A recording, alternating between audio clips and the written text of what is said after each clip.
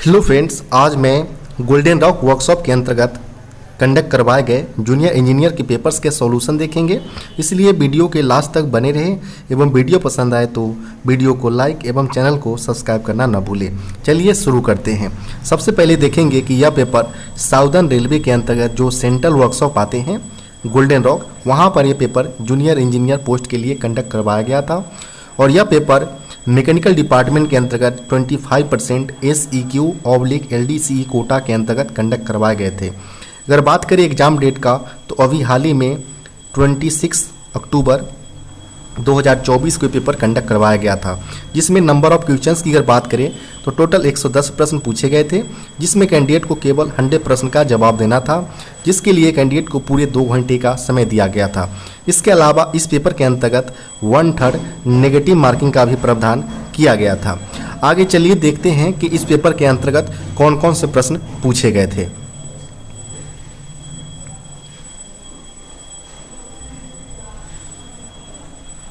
पहले प्रश्न की यहाँ पर बात करें, पूछे गए हैं facility for rest rooms false under dash of factory act. Factory act 1948 factory act के अनुसार यहाँ पर पूछा गया है कि जो रेस्ट रूम्स की जो फैसिलिटी होती है कौन से यहाँ पर एमिनिटीज़ के अंतर्गत आते हैं, वो यहाँ पर पूछा गया है। तो सबसे पहले आप जान लें कि जो फैक्ट्री एक्ट 1948 लाया गया था, यह प्रभाव में आया था 1 अप्रैल 1949 को यह प्रभाव में आया था और यह मेनली जो फैक्ट्री एक्ट जो एप्लीकेबल जो होते हैं वो केवल और केवल प्रोडक्शन यूनिट्स एवं वर्कशॉप्स के अंतर्गत यह इम्प्लीमेंटेड होते हैं। इसके अलावा अगर देखिए तो यह मेनली जो डील करता है फैक्ट्री एक्ट्स, वह हेल्थ सेफ्टी एवं वेलफेयर्स के बिहार पर यह हेल्प्स करते हैं। तो यहाँ पर जो पूछा गया कि रेस्ट रूम्स जो है फैसिलिटीज वो कौन से कैटेगरीज में आएगा, यहाँ पर वो यहाँ पर पूछे गए हैं। तो यह मेनली जो आता है facility of for rest rooms वह वेलफेयर प्रोविज़न के अंतर्गत आता है। तो वेलफेयर प्रोविज़न की अगर बात करें यहाँ पर तो ऑप्शन नंबर इस प्रकार का डी में दिया गया है। तो यहाँ पर ऑप्शन नंबर डी इसका सही उत्तर हो जाएगा। यह जो वेलफेयर प्रोविज़न है मेनली वह सेक्शन 47 जो है फैक्ट्री एक्ट 1948 का, उसके अंतर्गत यह मेंशन किया गया है। इसमें यह बताया गया है कि किसी भी फैक्ट्री या जो वर्कशॉप्स के अंतर्गत अगर नंबर ऑफ एम्प्लॉयज अगर 150 यानी 150 से ज़्यादा अगर होते हैं तो उस केस में एज पर फैक्ट्री एक्ट 1948 वहाँ पर rest rooms, shelters, lunch rooms एवं ड्रिंकिंग वाटर्स का प्रोविज़न वहाँ पर होना चाहिए। ये इसमें यहाँ पर इसके अनुसार बताया गया है। इसके अलावा अगर बात करें तो जो वेलफेयर ऑफिसर्स का जो नॉमिनेशन होता है वो किया जाता है कि अगर किसी फैक्ट्री या वर्कशॉप्स के अंतर्गत अगर कर्मचारी का नंबर्स 500 या इससे ज़्यादा अगर होते हैं तो उस केस में वहाँ पर वेलफेयर ऑफिसर्स को भी अपॉइंट किए जाने चाहिए। इसका भी यहाँ पर ध्यान रखें। जबकि सेफ्टी ऑफिसर्स के लिए यह नंबर्स जो कर्मचारी का है वो 1000 एंड मोर अगर पाया जाता है तो उस केस में सेफ्टी ऑफिसर्स को भी यहाँ पर अपॉइंट किए जाने चाहिए। ये कई सारे प्रोविजंस हैं जिसको आपको ध्यान रखना है। नेक्स्ट अगर बात करें प्रश्न का तो पूछे गए normal working hours per week without extra time as per factory act. जो फैक्ट्री एक्ट 1948 के अनुसार पूछा गया है कि जो कर्मचारी का normal working hours per week कितना होना चाहिए विदाउट एक्स्ट्रा टाइम, बिना एक्स्ट्रा टाइम्स के यहाँ पर ऐड किए हुए, तो वह मेनली जो होता है वो 48 आवर्स का मेनली पर वीक होना चाहिए। तो यहाँ पर जो सही उत्तर होगा वो ऑप्शन नंबर ए इसका सही उत्तर हो जाएगा। नेक्स्ट प्रश्न पूछे गए हैं fire fighting equipment falls under dash as per factory act. Factory act 1948 के अनुसार जो फायर फाइटिंग इक्विपमेंट जो होते हैं फायर एक्सटिंग्विशर्स वगैरह वह मेनली कौन से कैटेगरीज के अंतर्गत आते हैं, हेल्थ सेफ्टी वेलफेयर किस प्रोविजंस के अंतर्गत आते हैं वो यहाँ पर पूछा गया है। तो मेनली जो फायर फाइटिंग्स जो होते हैं वो इसको सेफ्टी कैटेगरीज में रखा गया है, सेफ्टी कैटेगरीज में। इसके लिए जो प्रोविज़न बनाए गए हैं वह फैक्ट्री एक्ट्स के जो प्रोविजंस है सेक्शंस है वो सेक्शंस 38 के अंतर्गत इसको रखा गया है। यहाँ पर जो करेक्ट उत्तर होगा वो ऑप्शन नंबर बी सेफ्टी इसका सही उत्तर हो जाएगा। नेक्स्ट प्रश्न यहाँ पर है units used to measure lights. Lights को मेजर करने के लिए जो हम यूनिट्स का प्रयोग करते हैं वो कौन सा यहाँ पर होगा, वो यहाँ पर पूछा गया है। तो सबसे पहले आप जान लें, जो लाइट्स जो प्रकाश होता है इसका किसी प्रकार का यूनिट्स नहीं होते हैं। जो इनको जो मेजर किया जाता है वो मेनली इलेक्ट्रिक फील्ड्स एवं मैग्नेटिक फील्ड्स के जो परपेंडिकुलर जो ऑस्किलेशंस होते हैं इनके बिहाफ पर इनको बनता है लाइट्स, और इनका कोई सेपलर जो फिजिकल क्वांटिटी जो होते हैं वो इनका कुछ नहीं होता है। इनको डायरेक्टली जो मेजर नहीं किया जा सकता है। इसके बजाय जो लाइट्स के जो वेवलेंथ्स होते हैं, इलेक्ट्रोमैग्नेटिक वेव्स, इनके प्रॉपर्टीज जैसे कि frequency, amplitudes, wavelengths of lights, speed, intensities के बिहाफ पर इनको हम मेजर करते हैं, और इन्हीं के बिहाफ पर हम इनके यूनिट्स को मेजर करने का काम करते हैं। जैसे अगर बात करें जो अलग अलग जो हम यहाँ पर मेंशन किए, जैसे एम्पलीट्यूड्स, वेवलेंथ्स ऑफ लाइट्स वगैरह, तो इनके लिए अलग अलग जो यूनिट्स दिए गए हैं, जैसे कि कैंडेला। इसके अलावा अगर बात करें तो लुमेन, इसके अलावा अगर बात करें तो लक्स। ये अलग अलग इंटेंस जो इनके सब प्रॉपर्टीज है, वेवलेंथ्स, जो इलेक्ट्रोमैग्नेटिक वेव्स लेंस के जो प्रॉपर्टीज है, इनके बिहाफ पर इनको मेजर किया जाता है। डायरेक्टली इनका कोई भी फिजिकल क्वांटिटीज यूनिट्स वगैरह नहीं होते हैं। तो यहाँ पर अगर बात करें इस प्रकार का ऑप्शन देखें तो कैंडेला, लुमेन एवं लक्स तीनों मेंशन किया गया है। तो यहाँ पर option number D, all of the above, इसका सही उत्तर हो जाएगा। नेक्स्ट प्रश्न यहाँ पर है, I write this in examination dash form belief that I will pass. यहाँ पर बोला है कि अगर मैं एग्जाम्स दृढ़ विश्वास के साथ अगर लिखता हूँ तो उस केस में मैं पास हो जाऊंगा। ये यहाँ पर सेंटेंस का मीनिंग आता है। तो इस केस में अगर बात करें तो आई राइट, जब भी अगर राइट्स कोई एग्जाम लिखने की अगर बात करें तो राइट्स के साथ जो प्रीपोजिशन हम यूज करते हैं वह मेनली विथ्स का हम प्रयोग करते हैं। Write with pen, write with forms believes यहाँ पर हो गया, दृढ़ विश्वास के साथ यहाँ पर लिख रहा है। तो उस केस में यहाँ पर हमारा जो करेक्ट प्रीपोजिशन जो होगा वह विथ यहाँ पर सही उत्तर हो जाएगा। यानी मैं यह परीक्षा इस दृढ़ विश्वास से के साथ लिख रहा हूँ या लिखता हूँ जिससे मैं उत्तीर्ण हो जाऊँगा। यानी यहाँ पर फ्यूचर टेंस का प्रयोग यहाँ पर किया गया है, और ये आपका सिंपली प्रेजेंट टेंस का यहाँ पर यूज किए गए हैं। नेक्स्ट प्रश्न यहाँ पर होगा, which of the following is an unsafe condition. निम्नलिखित में से कौन सा एक अनसेफ कंडीशन है।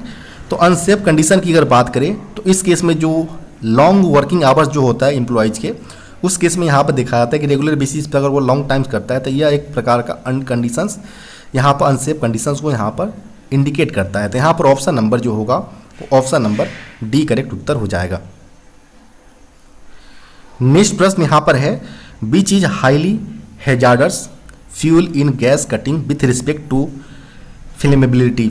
यानी ज्वलनशीलता के बिहाफ पर आधार पर यहाँ पर अगर गैस कटिंग के अंतर्गत सबसे जो ऑप्शन दिए गए इनमें से सबसे हाईली खतरनाक जो फ्यूल्स हो जाएगा, हैजार्डस फ्यूल्स, वो कौन सा है वो यहाँ पर पूछा गया है। तो सबसे पहले यहाँ पर अगर देखें तो CNG जो होता है कंप्रेस्ड नेचुरल गैस होता है। तो इसके अलावा BMCG की अगर बात करें तो BMCG मेनली जो होता है वो होता है भारत मेटल कटिंग गैस होता है। तो इनको एक सब्सिडरी आइटम्स के तौर पर यहाँ पर गैस के तौर पर यूज किया जाता है ऑक्सीजन के साथ। इसमें अगर बात करें तो BMCG में लेस अमाउंट में यहाँ पर ऑक्सीजन का यूज किया जाता है, ताकि जिससे यह होता है कि इसमें जो स्लैग फॉर्मेशंस होते हैं वो लेस होते हैं, और जिससे इसमें जो इन्फ्लेमेबिलिटी जो ज्वलनशीलता है वो यहाँ पर कम देखने को मिलता है। लेकिन जो प्रश्न पूछा गया वो हाईली हैजार्डस पूछा गया है। तो इस केस में अगर बात करें तो एसिटिलीन जो ऑक्सी एसिटिलीन जो वेल्डिंग का प्रयोग हम करते हैं गैस कटिंग के अंतर्गत, तो इसमें अगर देखा जाता है कि जो BMCG के अंतर्गत जो प्रेशर होता है वह मेनली 1/3 ऑफ एसिटिलीन के अंतर्गत होता है। यानी अगर बात करें एसिटिलीन के जो प्रेशर की अगर बात करें तो अगर 17 से लेकर 18 kg पर सेंटीमीटर स्क्वायर प्रेशर अगर है तो उस केस में BMCG का जो प्रेशर है वो केवल और केवल 6 से लेकर 7 kg पर सेंटीमीटर स्क्वायर तक ही होता है। इससे यह होता है कि जो BMCG का जो प्रेशर कम है तो इसमें जो यूज करने में काफ़ी सेफर होता है विथ रिस्पेक्ट टू एसिटिलीन के। तो इस केस में अगर बात करें तो एसिटिलीन यहाँ पर ज़्यादा इसका जो प्रेशर जो है वो ज़्यादा होने के कारण यह काफ़ी यहाँ पर हाईली हैजार्डस के तौर पर यहाँ पर लिया जा सकता है। तो यहाँ पर जो करेक्ट उत्तर होगा वो ऑप्शन नंबर बी एसिटिलीन इसका सही उत्तर हो जाएगा। नेक्स्ट प्रश्न यहाँ पर है, tachometer is use to measure. जो टेकोमीटर्स का प्रयोग किया जाता है मेजर करने के लिए वो मेनली स्पीड ऑफ मोटर को मेजर करने के लिए यूज में लेते हैं। यहाँ पर ऑप्शन नंबर ए करेक्ट उत्तर हो जाएगा। नेक्स्ट प्रश्न यहाँ पर बात करें तो fire extinguishing agents that are recommended for use on electrical fires. जो इलेक्ट्रिकल फायर्स पर यहाँ पर रिकमेंड किए गए फायर एक्सटिंग्विशिंग एजेंट्स का यहाँ पर नाम पूछा गया है। तो सबसे पहले आप जान लें कि जो इलेक्ट्रिकल फायर्स जो होते हैं उसको एज पर फायर्स के अनुसार क्लास सी के अंतर्गत रखा गया है। इसमें को एक्सटिंग्विश करने के लिए, बुझाने के लिए हम नॉर्मली CO2, इसके अलावा DCP ड्राई केमिकल पाउडर्स, और अगर ड्राई केस में अगर हमारा सेंट्स है तो उस केस में भी ड्राई सेंट्स का जो प्रयोग यहाँ पर किया जा सकता है। तो यहाँ पर तीनों यहाँ पर करेक्ट होगा। ऑप्शन नंबर की अगर बात करें तो ऑप्शन नंबर डी यहाँ पर सही उत्तर हो जाएगा। DCP सिंपली जो ड्राई केमिकल पाउडर्स होते हैं और इनका जनरली जो हम यूज करते हैं और कोचेज वगैरह में जो लगे होते हैं फायर एक्सटिंग्विशर रखे होते हैं वो मेनली DCP टाइप्स के देखने को मिलता है। नेक्स्ट प्रश्न की अगर बात करें यहाँ पर तो व्हाट इज अ फेंट। फेंट क्या है, यानी यहाँ पर बेहोशी का पूछा गया। फेंट मेनली जो होता है वो बेहोशी को इंडिकेट करता है। तो व्हाट इज अ फेंट्स। फेंट्स एक शॉर्ट टर्म के लिए यानी थोड़ी देर के लिए जो हम कॉन्साइसनेस के स्टेज में चले जाते हैं बेहोशी की अवस्था में, तो उसको यह रिप्रेजेंट करता है यहाँ पर फेंट्स। तो अ ब्रीफ लॉस ऑफ कॉन्साइसनेस, थोड़ी देर के लिए चेतना का खोना, इसको रिप्रेजेंट करता है फेंट्स को, बेहोशी होते हैं। यहाँ पर ऑप्शन नंबर डी इसका सही उत्तर हो जाएगा। नेक्स्ट प्रश्न यहाँ पर पूछे गए हैं dash is not a hazardous waste. निम्नलिखित में से कौन सा एक खतरनाक अवशिष्ट नहीं है, वो यहाँ पर पूछा गया है। तो यहाँ पर अगर बात करें तो ऑप्शन के अनुसार चले अगर तो मरकरी हजार्डस वेस्ट को यहाँ पर रिप्रेजेंट करता है। आर्सेनिक भी यहाँ पर हजार्डस वेस्ट यहाँ पर है, और यहाँ पर लेड जो शीशा है, तीनों यहाँ पर यह मेनली हजार्डस वेस्ट को यहाँ पर रिप्रेजेंट करता है। लेकिन चूंकि जो प्रश्न पूछा गया कौन सा नहीं है, तो यहाँ पर none of the above, option number D correct उत्तर हो जाएगा। नेक्स्ट प्रश्न यहाँ पर अगर बात करें पूछे गए हैं Radha climb dash the table to take the box from almirah. यहाँ पर जो इंग्लिश सेंटेंस जो दिए गए हैं वो मेनली वर्ब प्लस यहाँ पर प्रीपोजिशंस को यहाँ पर ऐड करना है कि कौन सा प्रीपोजिशन यहाँ पर करेक्ट आएगा। तो जब भी यहाँ पर क्लाइम जो है, क्लाइम्ड मेनली जो है वह चढ़ना डैश द टेबल। तो इस तरह का अगर आपसे फिल करने के लिए बोला जाता है तो उस केस में आप यहाँ पर क्लाइम्ड ऑन द टेबल होता है, यानी ऑन जो प्रीपोजिशन जो यहाँ पर मेंशन किया गया है प्रीपोजिशन, यह मेनली इंडिकेट करता है कि कोई ऑब्जेक्ट किसी सरफेस के ऊपर यहाँ पर है, उसके लिए यहाँ पर हम ऑन प्रीपोजिशन का प्रयोग करते हैं। यानी यहाँ पर होगा Radha climbed on the table, यानी राधा टेबल पर चढ़ गई। To take the box, box लेने के लिए, फ्रॉम अलमीरा से बॉक्स लेने के लिए। तो इस प्रकार से आप सेंटेंस के कंपोजिशन कर सकते हैं। तो यहाँ पर जो करेक्ट उत्तर होगा वो ऑन यहाँ पर सही उत्तर हो जाएगा, यानी राधा अलमीरा से बॉक्स निकालने के लिए मेज पर चढ़ गई। नेक्स्ट यहाँ पर प्रश्न पूछे गए if he dash written well he would pass the examination. यानी यहाँ पर जो पूछा गया है कि जब कोई स्टेटमेंट्स आपको पास्ट में ही अनरियलिस्टिक एक्शंस को यहाँ पर आइडेंटिफाई करना हो, जिससे अनरियलिस्टिक थिंकिंग के बिहाव पर आपको कुछ ऐसा होगा, तो उसके लिए यहाँ पर अगर थिंकिंग करते हैं तो इस प्रकार का सेंटेंस यहाँ पर यूज किया जाता है। यानी इस केस में यहाँ पर देखा जाता है कि इफ पास्ट परफेक्ट्स, और जो सेकेंड सेंटेंस बनता है उसमें वुड प्लस पास्ट पार्टिसिपल यहाँ पर लिया जाता है सेंटेंस को फॉर्मेशन करने के लिए। यानी यहाँ पर जो सेकेंड स्टेटमेंट बोला गया है कि he would have pass the examination, वो एग्जामिनेशन पास कर लेगा, यानी पास्ट में ही जो ऐसा कुछ करेगा कि वो एग्जाम पास कर लेगा। तो उस केस में इफ़ ही हैड रिटन, अगर वह लिखा होता, अच्छा किया होता, तो इस केस में यहाँ पर पास्ट में ही इनको हम सेंटेंस को आइडेंटिफाई करना है। तो इस केस में जो सही होगा इफ़ ही हैड यहाँ पर होगा, जो कि पास्ट में यहाँ पर इंडिकेट करेगा सेंटेंस को।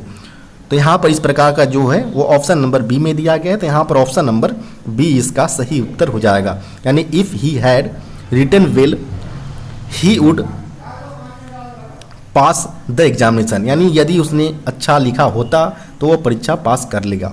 तो इस प्रकार का यहाँ पर सेंटेंस का फॉर्मेशन यहाँ पर होगा।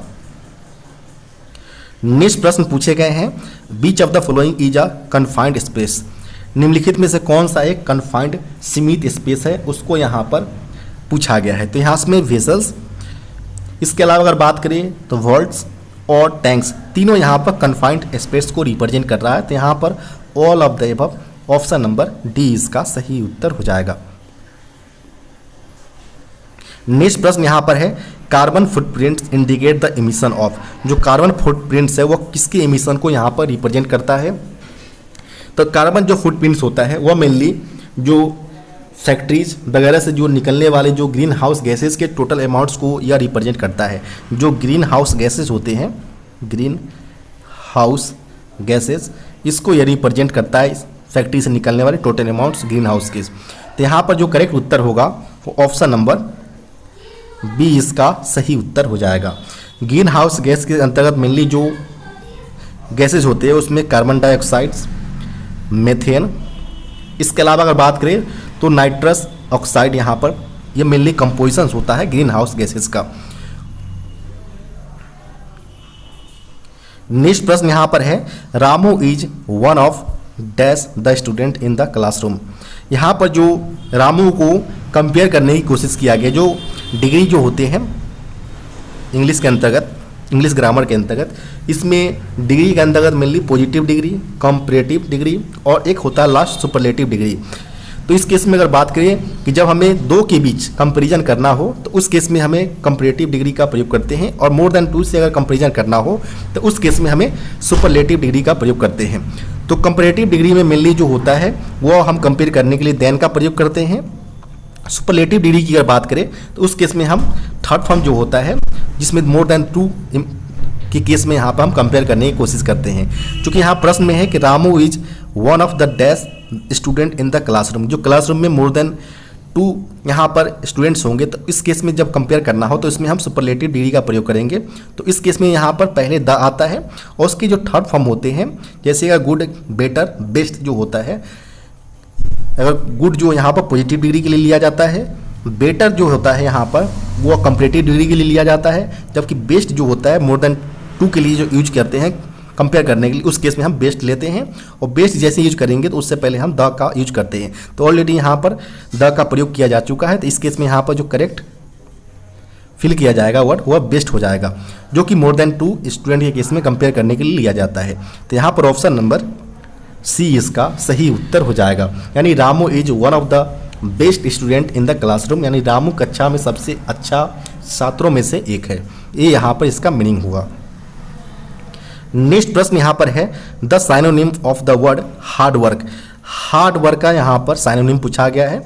तो हार्ड वर्क का जो साइनोनिम्स यानी मेनली जो समानार्थी वर्ड होते हैं सेम वर्ड, उसके लिए रिप्रेजेंट किया जाता है। तो हार्ड वर्क का जो मीनिंग होता है वो मेनली कठिन वर्क होता है, कठिन कार्य होता है। तो उसके लिए जो साइनोनिम्स होगा वो टॉयल हो जाएगा। टॉयल भी मेनली जो होता है वो हार्ड वर्क को ही रिप्रेजेंट करता है। तो यहाँ पर ऑप्शन नंबर बी इसका सही उत्तर हो जाएगा। नेक्स्ट प्रश्न यहाँ पर है following is not a air pollution. निम्नलिखित में से कौन सा एक एयर पॉल्यूशन नहीं है? तो स्टबल बर्निंग, जो हम पराली वगैरह जो होते हैं, जो जैसे हमारा कोई जैसे वीट या जो हम इसको जब कटिंग करते हैं तो जो हमारा रिमेनिंग जो होता है वेस्ट, उसको जब हम वहीं पर बंद कर देते हैं, जला देते हैं, तो उससे जो गैसेस वगैरह निकलते हैं वो भी एक प्रकार का एयर पोल्यूशन का कारण बनता है। इसके अलावा अगर बात करें फायर क्रैकर्स का, पटाखे वगैरह का, तो उस केस में भी यहाँ पर एयर पोल्यूशन का कारण बनता है। जबकि अगर बात करें नॉइज का तो यह मेनली साउंड पोल्यूशन के अंतर्गत आता है, नॉट अ एयर पोल्यूशन। तो यहाँ पर जो पूछा गया था कि कौन सा नॉट एयर पोल्यूशन के अंतर्गत आएगा, तो नॉइज यहाँ पर बी करेक्ट उत्तर हो जाएगा। नेक्स्ट प्रश्न यहाँ पर है noise intensity is measured in dash units. जो हम नॉइज यानी साउंड को के इंटेंसिटी, तीव्रता को जो हम मेजर करने के लिए यूज में लेते हैं यूनिट्स, वो हमारा डेसिबल होता है, जिसे हम शॉर्ट फॉर्म में डीबी से नोट करते हैं। यहाँ पर ऑप्शन नंबर ए इसका सही उत्तर हो जाएगा। नेक्स्ट प्रश्न पूछा गया है dash % of loss of earning capacity for both hands with reference to ECA act. जो एम्प्लॉयज कंपनसेशन एक्ट जो लाया गया था मेनली 1923, जो कंपनसेशन एक्ट है, जो अगर बात करें यहाँ पर तो एम्प्लॉयज कंपनसेशन एक्ट जो है वो प्रभाव में कब आया था वो पहले आप जान ले। तो यह मेनली प्रभाव में आया था 1 जुलाई 1924 को, यह प्रभाव में आया था। इसके अनुसार जब भी कोई कर्मचारी काम के दौरान कोई इंजरी वगैरह होता है तो उसके तो दो तरह के यहाँ पर इंजरी देखने को मिलता है, एक होता है परमानेंट, एक होता है टेम्प्रोरी। दोनों में यहाँ पर अगर बात करें तो परमानेंट में पार्शियल होता है और एक होता है टोटल डिसेबलमेंट। तो इस केस में उनको कंपनसेशन प्रोवाइड करने के लिए यहाँ पर कंपनसेशन एम्प्लॉय कंपनसेशन एक्ट लाया गया था 1923।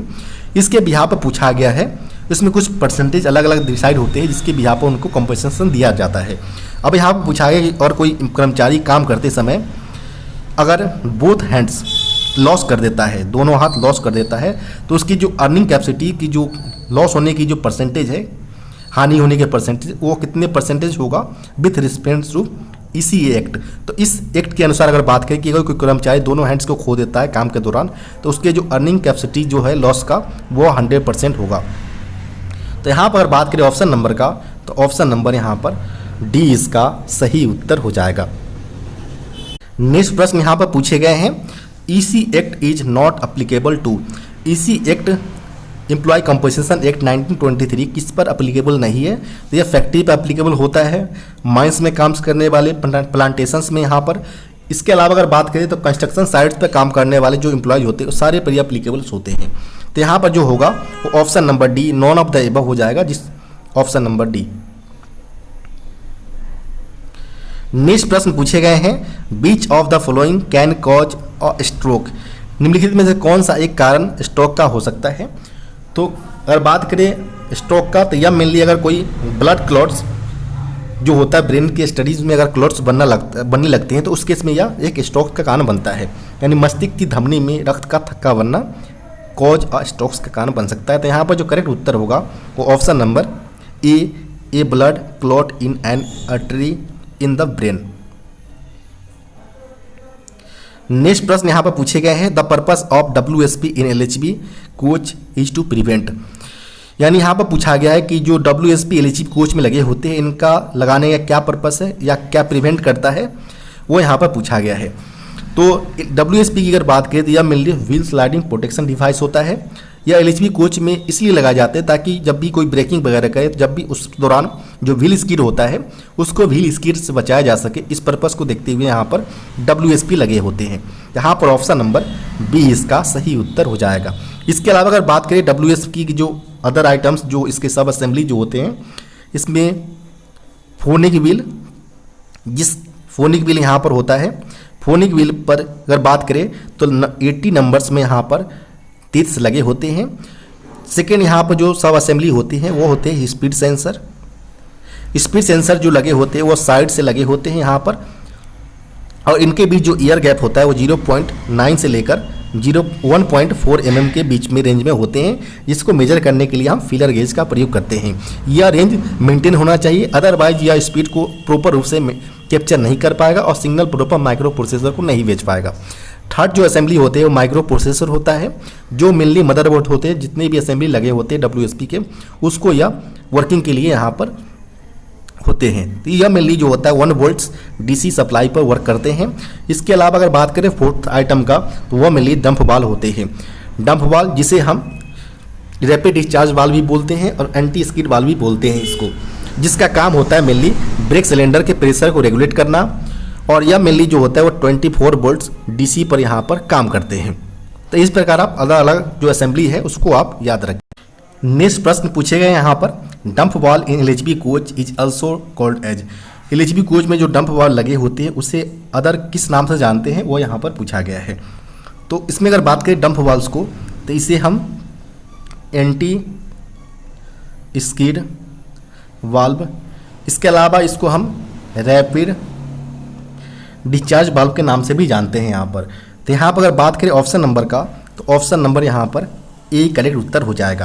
अगर बात करें डंप वाल्व्स का तो यह मेनली प्रत्येक एक्सल पर 1 के नंबर्स में यहाँ पर होते हैं, और प्रत्येक कोच में अगर बात करें 01 नंबर्स में यहाँ पर प्रत्येक एक्सल पर लगे ब्रेक सिलेंडर को रेगुलेट करते हैं। 04 की संख्या में यहाँ पर प्रत्येक कोचेज में होते हैं। जैसे कोई एक्सल पे यहाँ पर 2 ब्रेक सिलेंडर है और यहाँ पर यह डिस्ट्रीब्यूटर वाल्व है और यहाँ पर यह डंप वाल्व है। तो नॉर्मली जो ब्रेक सिलेंडर में प्रेशर जाता है वो डायरेक्ट DB से ब्रेक सिलेंडर में चला जाता है, लेकिन इस केस में यहाँ पर अगर बात करें तो सबसे पहले वो डंप वाल्व में जाता है और एक कनेक्शन यहाँ पर माइक्रो प्रोसेसर से आता है डंप वाल्व्स के लिए, और एक यहाँ पर एग्जॉस्ट लगे होते हैं, जिससे यहाँ पर pressure as per requirement drop करने के लिए होता है। तो यहाँ पर जैसे यहाँ पर कोई प्रेशर आता है, डंप वाल्व से एक सिग्नल जो हमारा एक्सेल पर लगे स्पीड सेंसर से भेजा जाता है, उस सिग्नल के बिहाव पर यह व्हील को ब्रेक सिलेंडर का यहाँ पर प्रेशर भेजता है जैसा वो रिक्वायरमेंट होता है, जिससे हमारा ब्रेकिंग के दौरान व्हील स्किड होने से बचाया जाता है। यानी ब्रेक सिलेंडर के प्रेशर को रेगुलेट करने का काम यहाँ पर जो किया जाता है वह मेनली डंप वाल्व के बिहाव से किया जाता है, और यह मेनली जो वर्क होता है वो 24 वोल्ट्स डीसी पर यह कार्यरत होते हैं। तो इसका आप ध्यान रखें।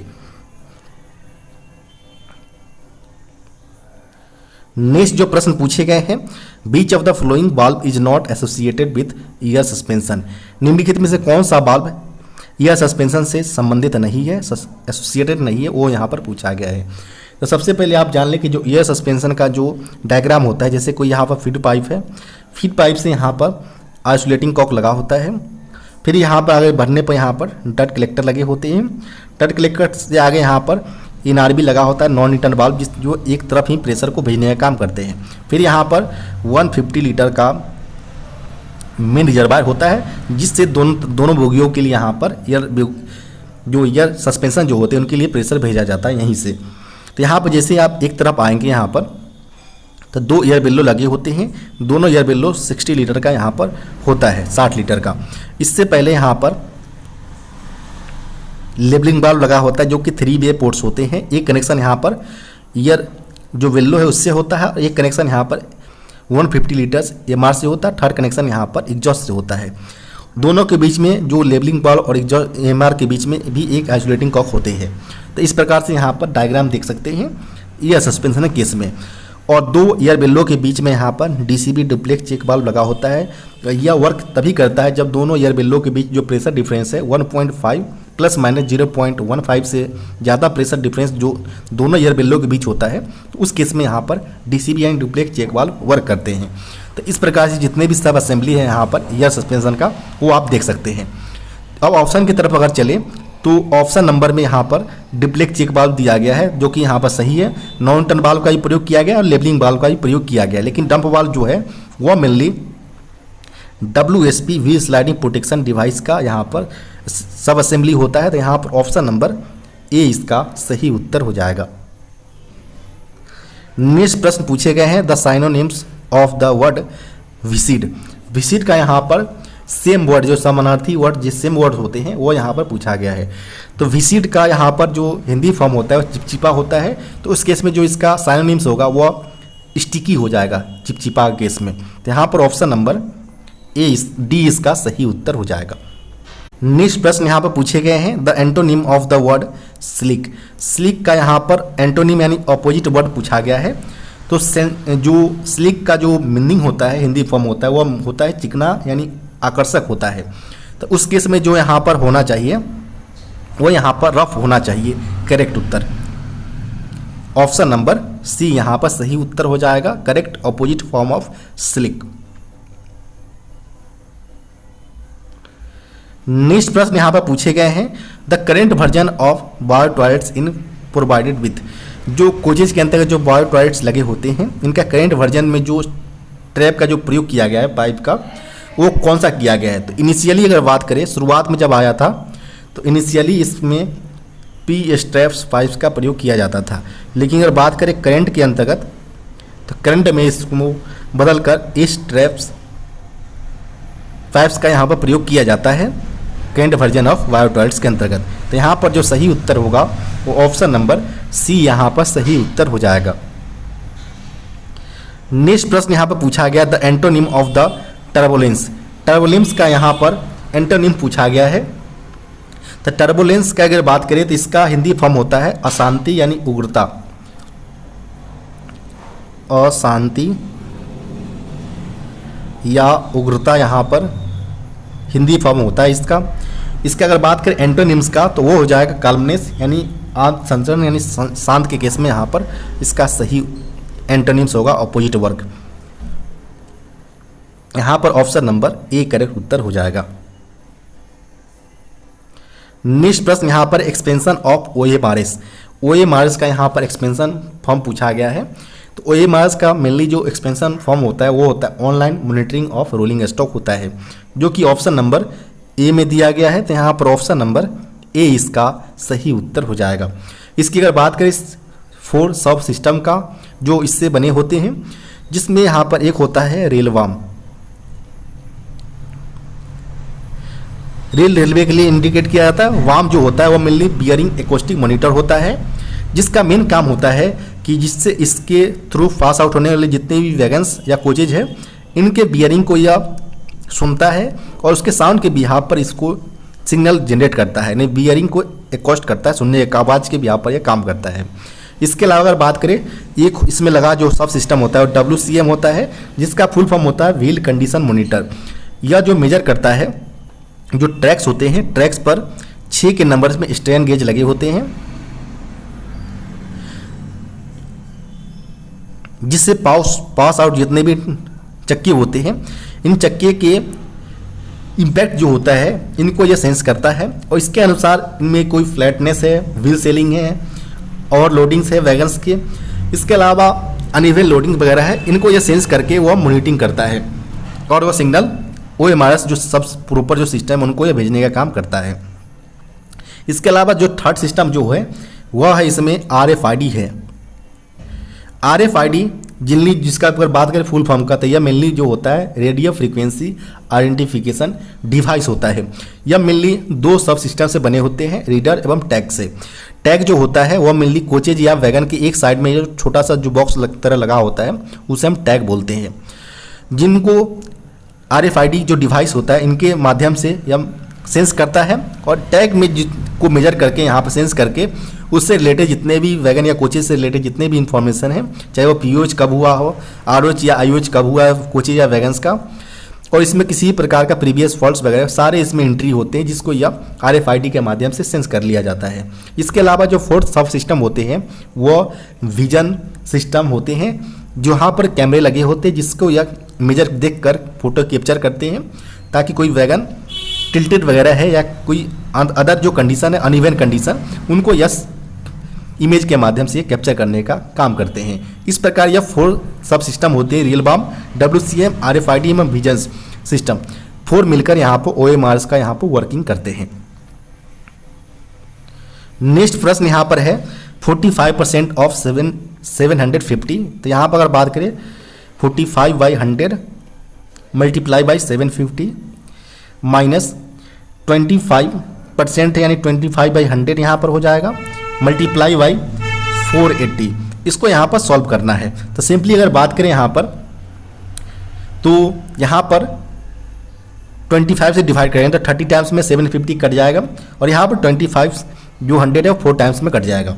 अब यहाँ पर अगर बात करें तो 4 से यहाँ पर 2 हो जाएगा और यहाँ पर 15 कट जाएगा 2 से। फिर यहाँ पर इसी प्रकार यहाँ पर अगर बात करें तो यहाँ पर जैसे ही आप सॉल्व करेंगे 4 टाइम्स में और यहाँ पर आपका 120 टाइम में कट जाएगा। जब आप यहाँ पर सॉल्व करने की कोशिश करेंगे तो 45 मल्टीप्लाई बाई 15/2 यहाँ पर हो जाएगा और यहाँ पर ऑलरेडी 120 आया है। जब सारी इक्वेशन को आप सॉल्व करेंगे तो यहाँ पर जो आपका निकल कर आएगा सॉल्यूशन वो 217.50 निकल कर आएगा, जो इस दिए गए इक्वेशन का यहाँ पर सॉल्यूशन होगा। यहाँ पर बात करें ऑप्शन नंबर का, तो ऑप्शन नंबर यहाँ पर बी करेक्ट उत्तर हो जाएगा। नेक्स्ट प्रश्न यहाँ पर है the simple interest on RS 10 rupees for 4 month at the rate of 3 पैसा पर रुपीज पर मंथ। यहाँ पर सिंपल इंटरेस्ट साधारण ब्याज 10 रुपये का निकालना है कि अगर वो 4 मंथ के लिए 3 पैसे पर रुपीज पर मंथ के हिसाब से वो रेट कैलकुलेट किया जा रहा है, तो उस केस में यहाँ पर टोटल सिंपल इंटरेस्ट कितना निकलेगा 10 रुपये का, वो यहाँ पर पूछा गया है। तो यहाँ पर अगर बात करें कि जो प्रिंसिपल अमाउंट जो दिया गया है वह सिंपली 10 रुपये दिए गए हैं। इसके अलावा अगर बात करें टाइम जो दिया गया है वह 4 मंथ्स केवल दिया गया है, यानी हमें पर मंथ्स के यहाँ हिसाब से 4 महीने के लिए निकालना है। रेट की अगर बात करें तो रेट जो दिया गया है 3 पैसा पर रुपीज पर मंथ दिए गए हैं। तो यहाँ पर चूंकि मंथ को चेंज नहीं करना है क्योंकि हमें 4 मंथ्स का ही निकालना है। अगर ईयर बेसिस पर निकालना होता तो उस केस में हम 12 से डिवाइड करते, यहाँ पर ज़रूरत नहीं है। यहाँ पर सिंपली हमें जो पर रुपीज जो दिया गया है, यहाँ पर चूँकि हमारा प्रिंसिपल अमाउंट 10 रुपीज़ है तो हमको 3 पैसा को सबसे पहले यहाँ पर रुपीज़ में कन्वर्ट करना पड़ेगा। तो सबसे पहले यहाँ पर अगर बात करें 3 बाई यहाँ पर रुपीज़ कन्वर्ट करने के लिए सिंपली 100 से डिवाइड करेंगे चूँकि यहाँ पर परसेंट रेट जो होता है वो परसेंट के हिसाब से लिया जाता है, तो उस केस में यहाँ पर हम 100 से यहाँ पर मल्टीप्लाई करेंगे, दोनों 100 टाइम्स यहाँ पर कट जाएगा। सिंपली आपका जो निकल कर आएगा वो आपका 3% निकल कर आएगा यहाँ पर। अब यहाँ पर आपका जो प्रिंसिपल अमाउंट 10 रुपीज़ दिया गया है, रेट आपका 3% निकल गया है। इसके अलावा अगर बात करें टाइम जो दिया गया है वो 4 मंथ दिया गया है। तो इस केस में अगर बात करें तो सिंपल इंटरेस्ट जो सिंपली जो होता है principal multiply by rate multiply by time divided by 100 होता है, सिंपल इंटरेस्ट का जो फॉर्मूला होता है। सिंपली सारे को यहाँ पर पुट करेंगे, 10 multiply by 3 multiply by 4 divided by 100 करेंगे तो आपका सिंपली जो निकल कर आएगा वो 1.2 रुपीज़ निकल कर आएगा, जो 4 मंथ्स के दौरान 3 पैसे पर रुपीज़ पर मंथ के हिसाब से 10 रुपीज़ का जो सिंपल इंटरेस्ट निकल कर आएगा वो 1.2 रुपीज़ निकल कर आएगा, जो कि ऑप्शन नंबर ए में दिया गया है। तो यहाँ पर ऑप्शन नंबर ए करेक्ट उत्तर हो जाएगा। नेक्स्ट प्रश्न यहाँ पर है एक्सपेंशन ऑफ IRCA। IRCA का यहाँ पर एक्सपेंशन पूछा गया है। तो IRCA का फुल फॉर्म होता है इंडियन रेलवे कॉन्फ्रेंस एसोसिएशन होता है, जो कि ऑप्शन नंबर सी में दिया गया है। तो यहाँ पर ऑप्शन नंबर सी इसका सही उत्तर हो जाएगा। यह मेनली जो IRCA है वह रोलिंग स्टॉक्स में यूज किए जाने वाले जितने भी वेरियस कंपोनेंट्स है इनके स्टैंडर्ड साइज एवं कंडमिंग साइज को यहाँ पर रिलेटिंग जो रूल्स होता है वो IRCA के द्वारा बनाया जाता है। इसमें मेनली जो पार्ट थर्ड जो है यह मेनली फ्रेट स्टॉक से रिलेटेड है, यानी फ्रेट से रिलेटेड जितने भी आइटम्स के स्टैंडर्ड साइज वगैरह है वो सारे कंडमिंग लिमिट्स यह पार्ट 3 के अंतर्गत मेंशन किया गया है। इसके अलावा पार्ट 4 के अंतर्गत अगर बात करें तो यह मेनली कोचिंग स्टॉक से रिलेटेड है। तो इसको भी आप ध्यान रखें, डायरेक्ट बेसिस पर प्रश्न पूछ लिए जाते हैं कि पार्ट 3 किससे रिलेटेड है। इसके अलावा प्रत्येक पार्ट के अंतर्गत 4 चैप्टर मेंशन किए गए हैं, जिसमें डिटेल में यहाँ पर डेफिनेशंस उनके यूजेज वगैरह के बारे में बताए गए हैं। नेक्स्ट प्रश्न यहाँ पर है if 60% of 3/5 of a number is 36 then the number is dash. यहाँ पर कोई नंबर है जिसे हम x कंसीडर करना है, जिसका 3/5 का 60% यानी 60/100 यहाँ पर हो जाएगा, वो आपका 36 निकल कर आया है।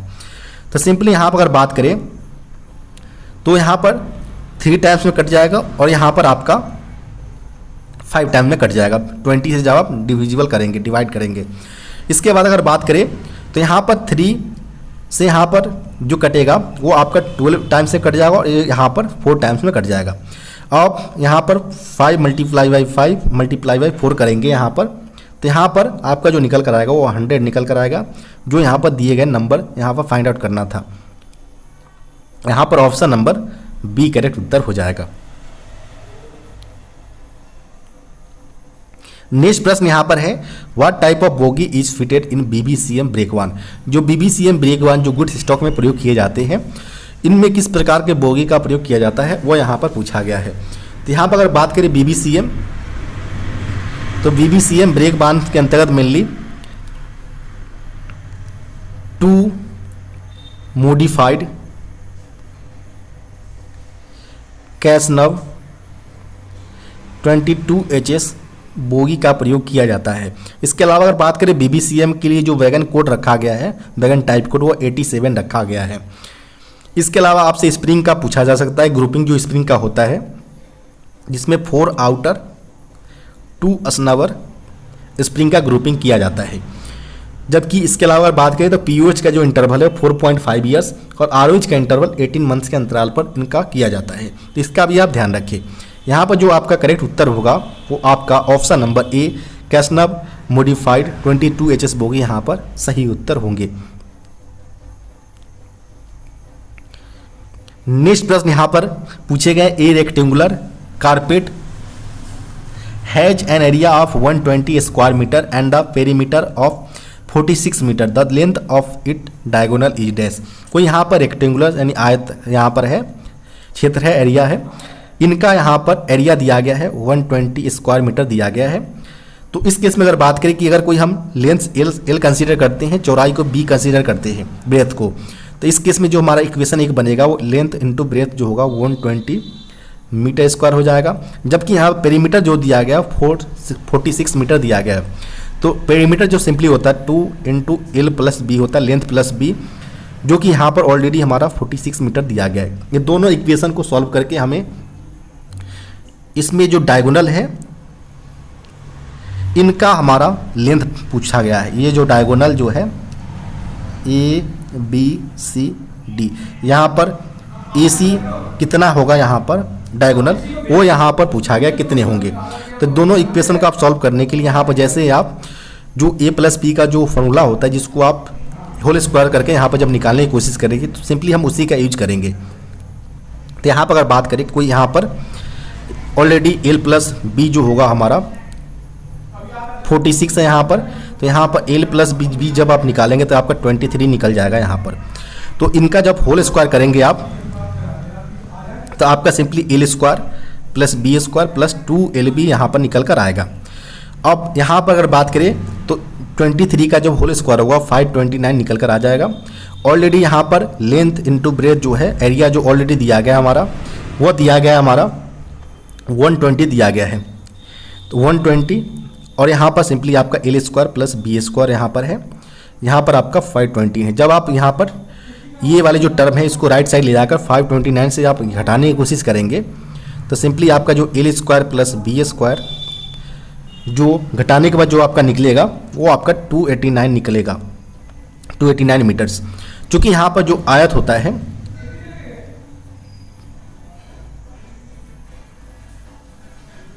जो रेक्टेंगुलर शेप होता है इनका हमें डायगोनल निकालना है या परपेंडिकुलर होता है, तो इसके लिए हम सिंपली हाइपोटेनस जो फॉर्मूला यूज करते हैं। तो इस केस में जो यहाँ पर एक्स यूज कर निकालना होता है तो सिंपली यह लेंथ और यहाँ ब्रेथ है तो simply under root L square plus B square होता है। तो यहाँ पर सिंपली इसको आप जब अंडर रूट करेंगे तो आपका यहाँ पर 17 निकल कर आएगा। जो दिए गए यहाँ पर फॉर्मूले का जो डायगोनल यहाँ पर रेक्टेंगुलर शेप का होगा 17 मीटर, 17 मीटर यहाँ पर निकल कर आएगा, जो यहाँ पर ऑप्शन नंबर सी में दिया गया है। तो यहाँ पर ऑप्शन नंबर सी इसका सही उत्तर हो जाएगा। नेक्स्ट प्रश्न यहाँ पर है what is the name of steel seat normally use in ICF coach. ICF coach में बनाने के लिए जो मटेरियल यूज करते हैं स्टील सीट्स का वो नॉर्मली किसका होता है, तो वो मेनली कॉटन स्टील का हम यूज में लेते हैं, जिसे अदर नेम में हम IRSM 41 से डिनोट करते हैं। तो यहाँ पर जो सही उत्तर होगा वो ऑप्शन नंबर ए इसका सही उत्तर हो जाएगा।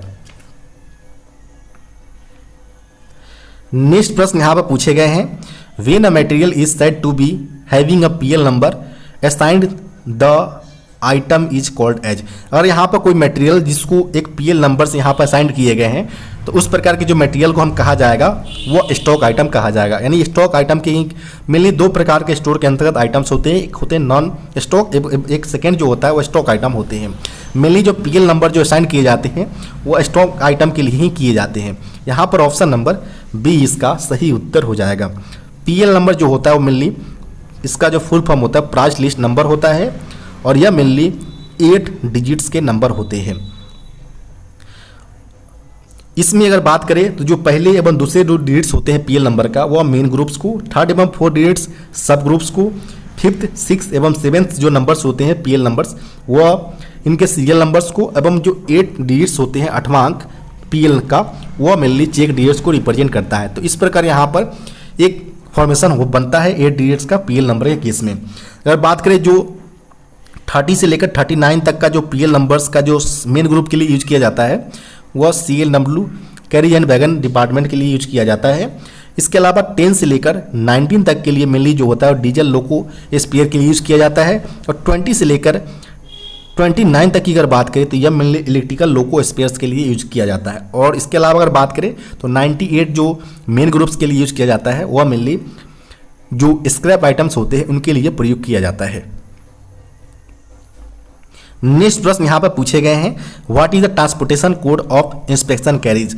इंस्पेक्शन कैरीज का यहाँ पर ट्रांसपोर्टेशन कोड पूछा गया है जो कि होता है RA को लिए ही जो इंस्पेक्शन कैरीज एडमिनिस्ट्रेटिव के लिए प्रयोग किया जाता है। यहाँ पर ऑप्शन नंबर डी इसका सही उत्तर हो जाएगा।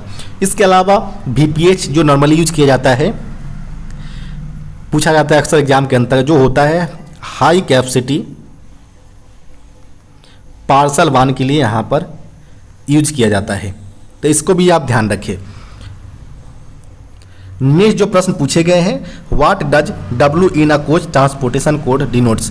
जो हम WCB जो यूज करते हैं कोचेस के अंतर्गत, वही यहाँ पर पूछा गया कोच में जो W का प्रयोग करते हैं वो क्या इंडिकेट करता है। तो W मेनली जो है वह वेस्टिबुल को इंडिकेट करता है।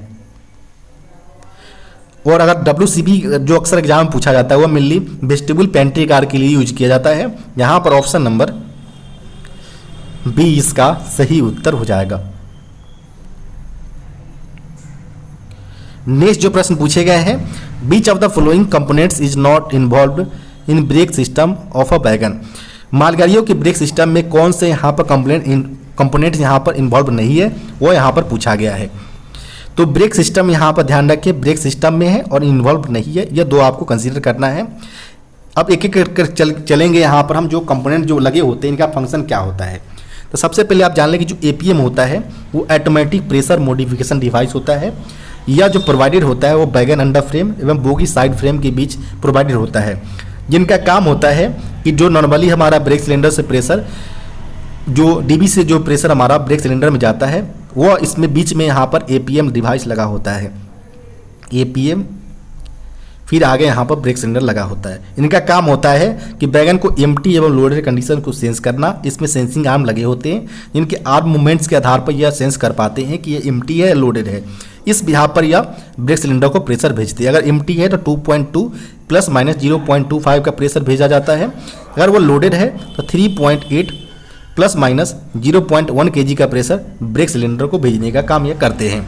तो इस प्रकार यहाँ पर वो, अगर एक्स्ट्रा प्रेशर जो एम्प्टी के दौरान बचता है वो 6 लीटर का जो एक्स्ट्रा रिजर्वायर लगा होते हैं उनमें यह प्रेशर को भेज दिया जाता है। सेंसिंग आर्म का मूवमेंट की अगर बात की तो बिलो 80 mm अगर होता है तो लोडेड कंडीशन को, और एबव 80 mm जब होता है सेंसिंग आर्म मूवमेंट्स तो वह एम्प्टी कंडीशन को डिनोट करता है। और सेकेंड अगर बात करें यहाँ पर डिवाइस का, जो कि LHD यहाँ पर है, तो LHD mainly load sensing device होता है। या मेनली जो कंटेनर वैगन्स वाले जो रेक्स होते हैं उसमें यह लगे होते हैं। इनका भी काम होता है एम्प्टी एवं लोडेड कंडीशन को सेंस करना। यह मेनली प्रोवाइडेड होते हैं, जो बोलस्टर होता है बोगी के अंतर्गत वहाँ पर यह लगे होते हैं। इस प्रकार से यहाँ पर बात करें तो ये लोअर प्लैंक के बीच लगे होते हैं। इनके जो लोअर प्लैंक एवं जो प्लंजर के बीच का जो गैप होता है वो 16 प्लस माइनस 1 का गैप होता है, जो अक्सर एग्जाम के अंतर्गत पूछ लिए जाते हैं। तो इसको भी ध्यान रखें आप। इसमें अगर आपसे पूछा जा सकता है कि 0-1 की संख्या में LHD प्रत्येक बोगी में लगे होते हैं। ध्यान रखिए BLC रेक के लिए ही एप्लीकेबल है। 0-2 LHD प्रत्येक BLC कार के अंतर्गत होते हैं, जिनका काम होता है ऑटोमेटिक रूप से ब्रेक जो वैगन एम्प्टी या लोडेड कंडीशन इसको सेंस करना। एम्प्टी के दौरान यह 2.2 और लोडेड के दौरान यह 3.8 kg का प्रेशर ब्रेक सिलेंडर को भेजा जाता है। थर्ड जो यहाँ पर मेंशन किया गया वो एम्प्टी लोड डिवाइस के बारे में, जो मैनुअली सेट करना पड़ता है। जब आप एम्प्टी में कंडीशन में वैगन है तो उसको मैनुअली एम्प्टी कंडीशन सेट करना पड़ता है, लोडेड को लोडेड कंडीशन में। यह आप कन्वेंशनल वैगन जो अंडर फ्रेम माउंटेड वाले जो वैगन्स हैं इसमें यह इस प्रकार का प्रावधान है। इसमें लेफ्ट साइड जिसमें एक प्रकार का हैंडल होता है, इसके जस्ट लेफ्ट साइड में इसको येलो कलर से यहाँ पर पेंटेड होते हैं और राइट साइड में इसमें ब्लैक कलर से पेंट होता है। यानी येलो कलर एम्प्टी कंडीशन को और ब्लैक कलर लोडेड कंडीशन को इंडिकेट करता है। अगर यहाँ पर आप ये कैसे डिसाइड कर पाएंगे कि कब किसमें रखना है, तो जब आपका जो वैगन का ग्रॉस वेट बिलो 42.5 टन हो तो उस केस में आपको एम्प्टी कंडीशन में रखना है।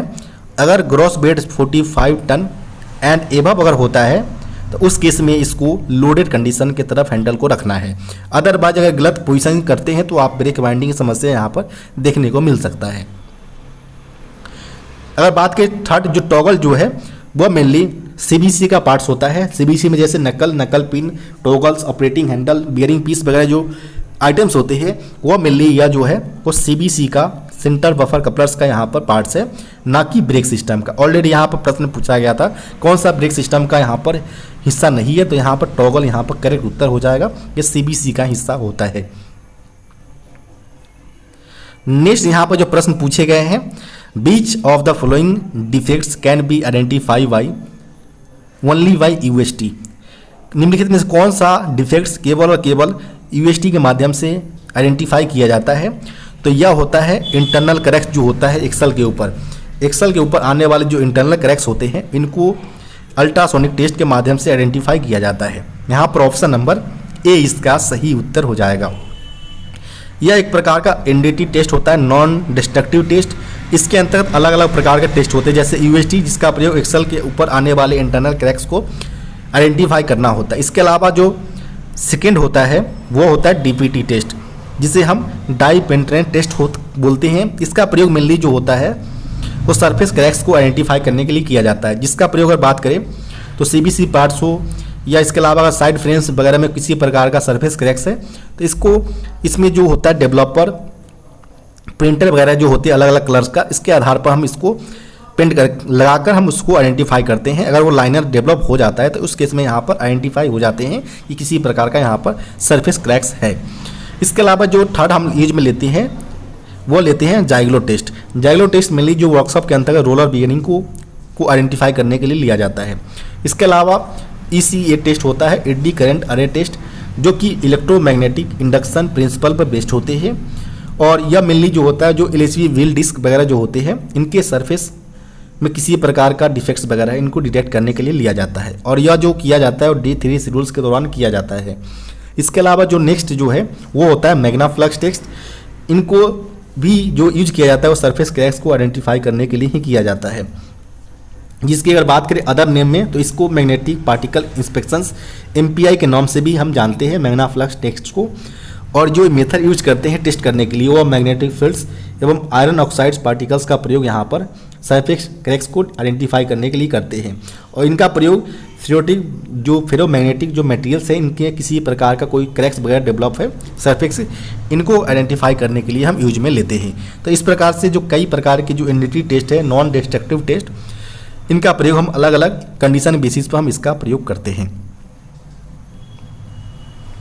नेक्स्ट प्रश्न यहाँ पर है, during brake release in ICF coach air from brake cylinder goes to.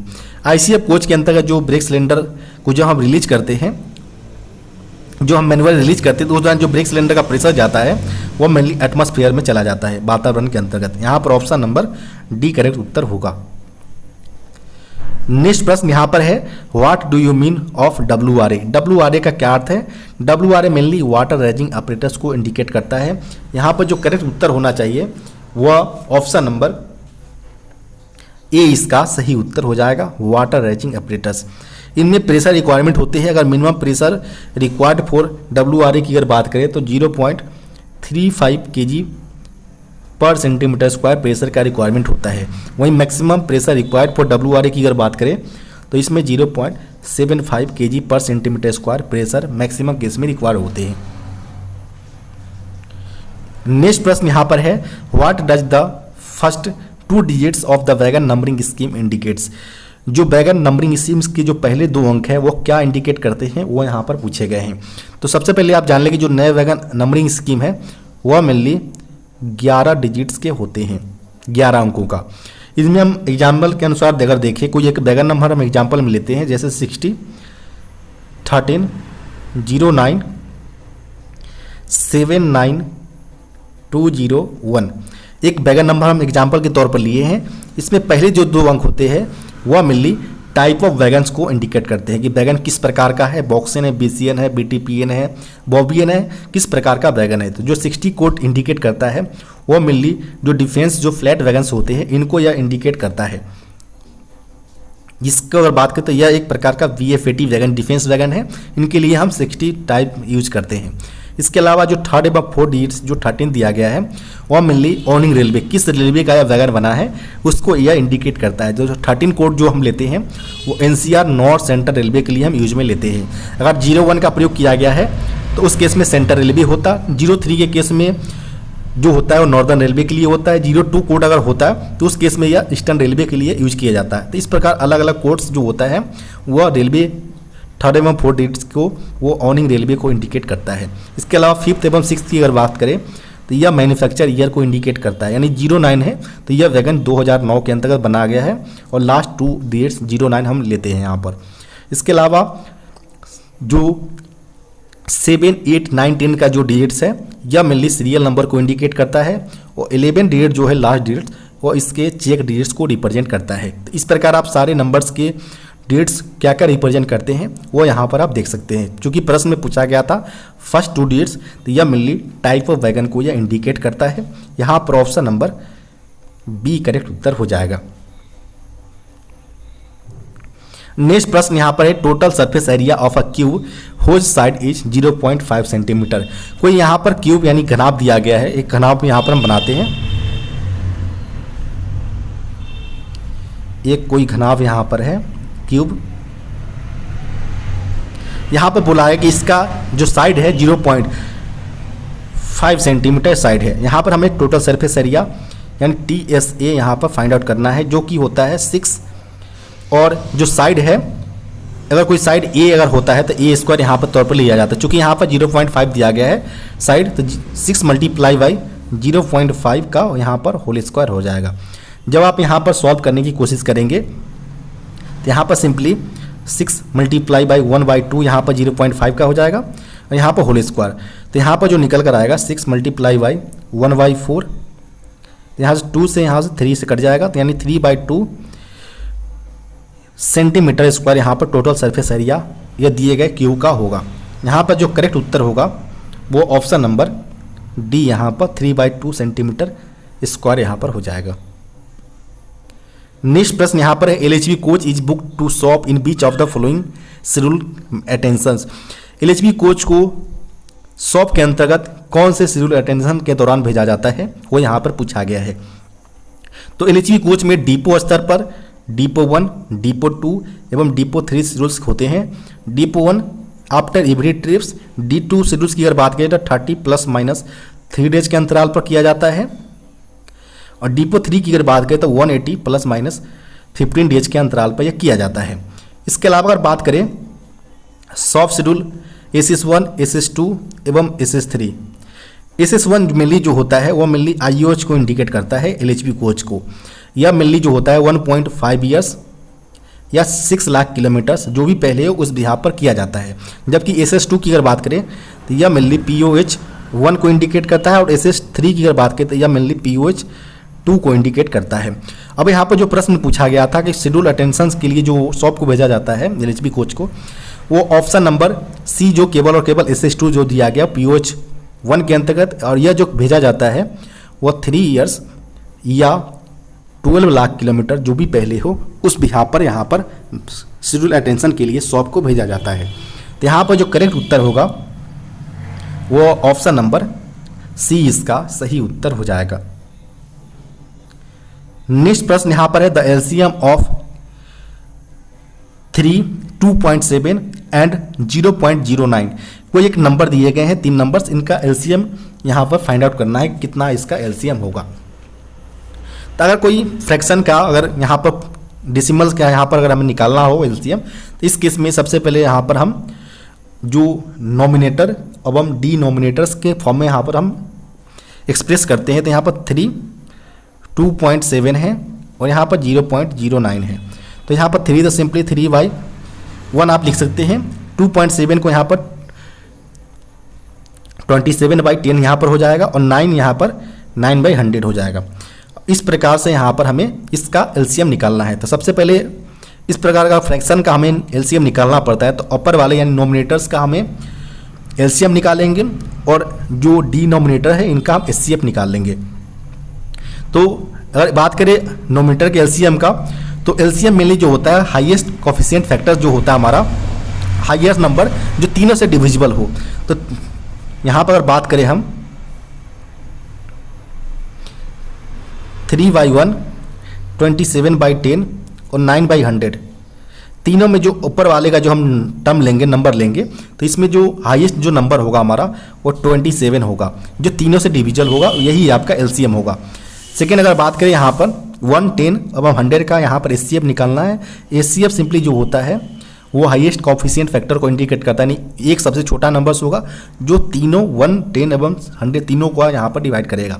Simply 20/1 यहाँ पर हो जाएगा, यानी आपका जो निकल कर आएगा वो 20/27 यहाँ पर आंसर निकल कर आएगा। तो यहाँ पर अगर बात करें ऑप्शन नंबर का, तो ऑप्शन नंबर यहाँ पर डी इसका सही उत्तर हो जाएगा। नेक्स्ट प्रश्न यहाँ पर latest fire extinguisher commonly used being used by CNW, जो कैरियर एवं वैगन के द्वारा जो लेटेस्ट में जो फायर एक्सटिंग्विशर्स सामान्यतः यूज किए जा रहे हैं वह DCP type dry chemical powder types का फायर एक्सटिंग्विशर्स प्रयोग किए जा रहे हैं और इन्हीं का प्रयोग LHB कोचों में यहाँ पर जो फायर एक्सटिंग्विशर्स के जो सिलेंडर रखे होते हैं वो में इसी का रखा होता है। यहाँ पर अगर बात करें ऑप्शन नंबर का, तो ऑप्शन नंबर यहाँ पर ए इसका सही उत्तर हो जाएगा। नेक्स्ट प्रश्न यहाँ पर है what is the unit of hardness. Hardness का यहाँ पर यूनिट पूछा गया है। तो हार्डनेस की अगर बात करें यूनिट्स का, हार्डनेस की यूनिट का, तो यह जो होता है वह BHN होता है, जिसका फुल फॉर्म में हम जो बोलते हैं वह बोला जाता है विरिनेल हार्डनेस नंबर से इनको हम इंडिकेट करते हैं। यहाँ पर बात करें ऑप्शन नंबर का, ऑप्शन नंबर ए करेक्ट उत्तर हो जाएगा। नेक्स्ट जो प्रश्न पूछे गए हैं वह पूछे गए हैं normally technical drawings are made in either dash और डैश एंगल ऑफ प्रोजेक्शन। जो सामान्यतः जो हम ड्राइंग के अंतर्गत जो हम एंगल ऑफ प्रोजेक्शन जो हम यूज करते हैं वह मेनली कौन कौन सा होता है। तो मेनली जो फर्स्ट एवं थर्ड का प्रयोग यहाँ पर किया जाता है। फर्स्ट का प्रयोग जो किया जाता है वह यूरोप और इंडिया के अंतर्गत मेनली जो एशियन कंट्री है उसमें किया जाता है, जबकि थर्ड की अगर बात करें थर्ड एंगल ऑफ प्रोजेक्शन का, यह मेनली USA के अंतर्गत देखने को मिलता है। तो यहाँ पर जो करेक्ट उत्तर होगा वो ऑप्शन नंबर सी इसका सही उत्तर हो जाएगा।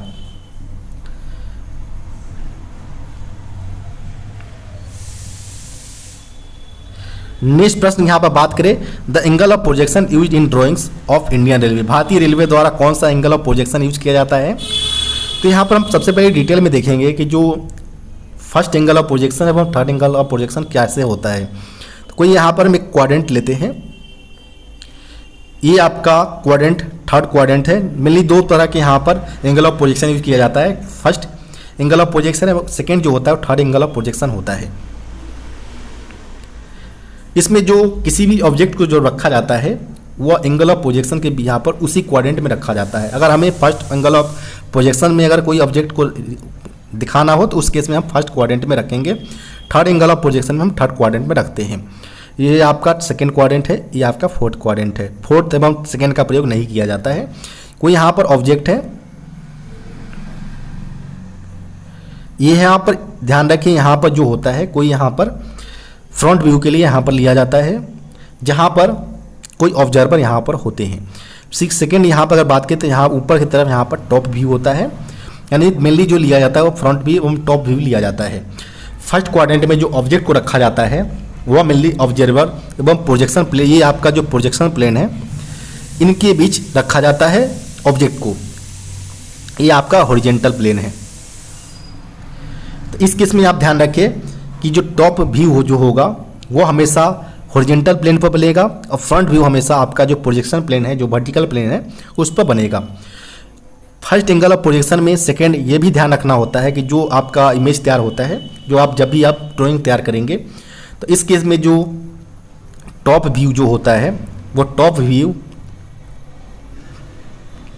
बिलो होता है फ्रंट व्यू के। ये क्यों होता है इसका आप यहाँ पर देखिए कि जब हम इमेज को यहाँ पर बनाते हैं टॉप व्यू जो आपका यहाँ पर होगा वो इस तरह से आपका नीचे की तरफ बनेगा। वही फ्रंट व्यू की अगर बात करें तो front view just vertical plane यानी प्रोजेक्शन प्लेन पर आपका इस फॉर्म में बनेगा।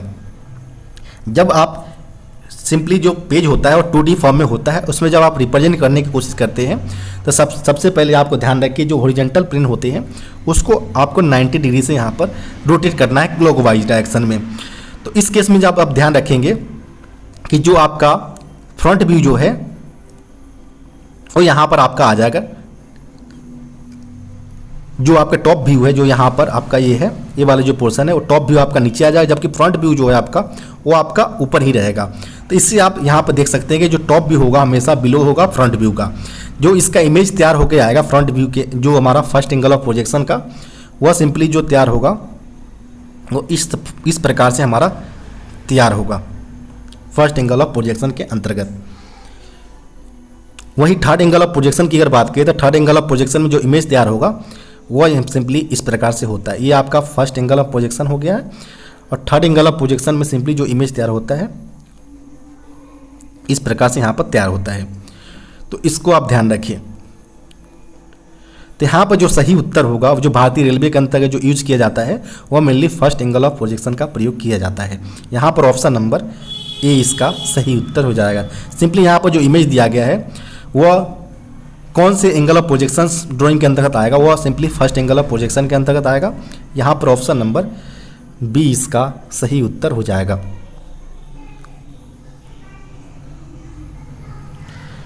नेक्स्ट प्रश्न यहाँ अगर बात करें तो सिमेट्रिकल पार्ट्स में be drawn in dash in drawing.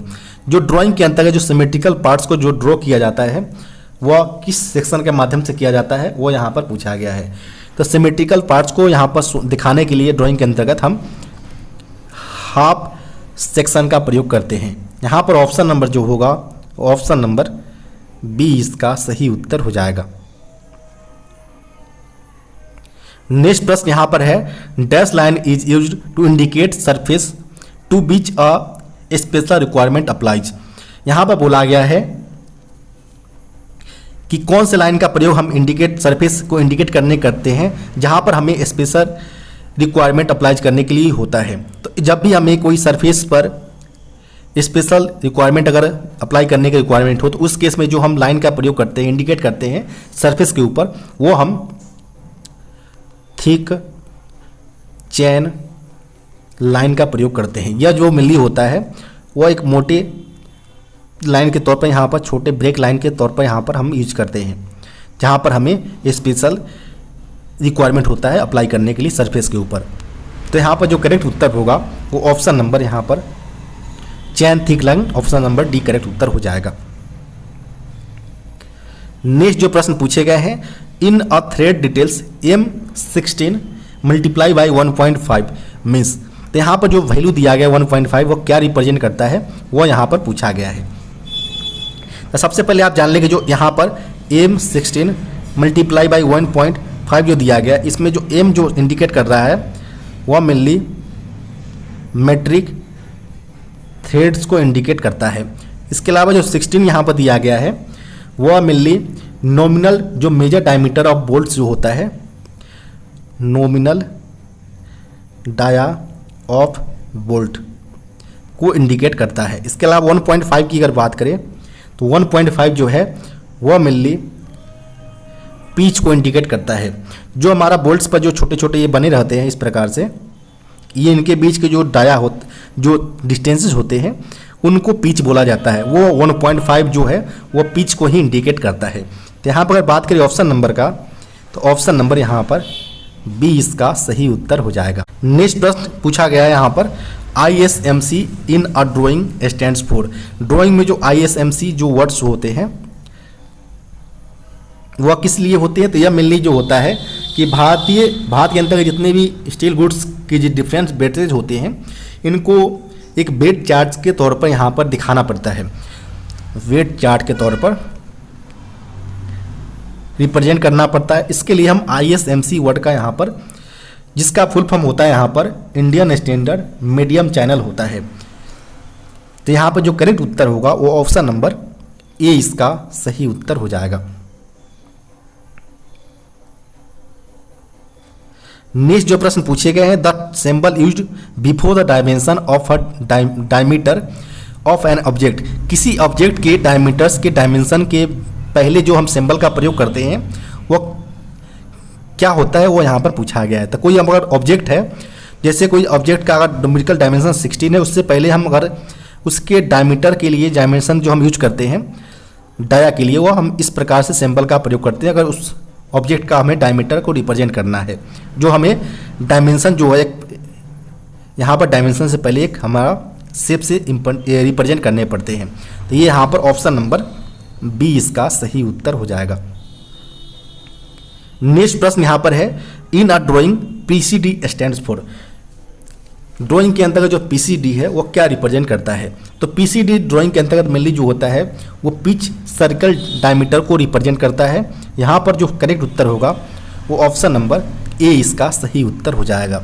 जैसे कोई ऑब्जेक्ट जो हमारा सर्किल बेस में होते हैं इस प्रकार से, तो पिच जो सर्किल डायमीटर जो होता है मेनली, जिसमें जो छोटे छोटे होल्स जो होते हैं हमारा, और इस सर्किल से हमारा जो पास आउट होते हैं, पास आउट होने वाले जो हमारा एक अगर बोला जाए तो यहाँ पर जो इमेजिनरी जो लाइंस को हम डेवलप करते हैं सर्किल को, उसे ही हम पिच सर्किल डायमीटर्स यहाँ पर, और ये दोनों के बीच के जो डिस्टेंसेस होते हैं इमेजिनरी सर्किल के बीच का, इसे ही हम पिच सर्किल डायमीटर बोलते हैं। यानी कोई ऑब्जेक्ट के जो इसमें एक छोटे छोटे होल्स होते हैं उन पे एक इमेजिनरी सर्किल जो डेवलप होता है, उन सर्किल के बीच की जो टोटल डिस्टेंसेस होते हैं, जो डायमीटर होता है, उसे हम पिच सर्किल डायमीटर बोला जाता है।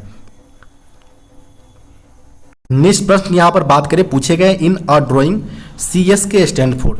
ड्राइंग के अंतर्गत जो CS के का जो होते हैं वो मेनली काउंटर संक के लिए यहाँ पर यूज किया जाता है, जिसको डिनोट किया जाता है इस फॉर्म में यहाँ पर डिनोट किया जाता है। यहाँ पर जो सही उत्तर होगा वो ऑप्शन नंबर C इसका सही उत्तर हो जाएगा। नेक्स्ट प्रश्न यहाँ पर है, the blind keyways are cut with. जो ब्लाइंड कीवेज जो होता है इनको कट किया जाता है एंड माइनिंग कटर के माध्यम से किया जाता है। यहाँ पर ऑप्शन नंबर ए इसका सही उत्तर हो जाएगा।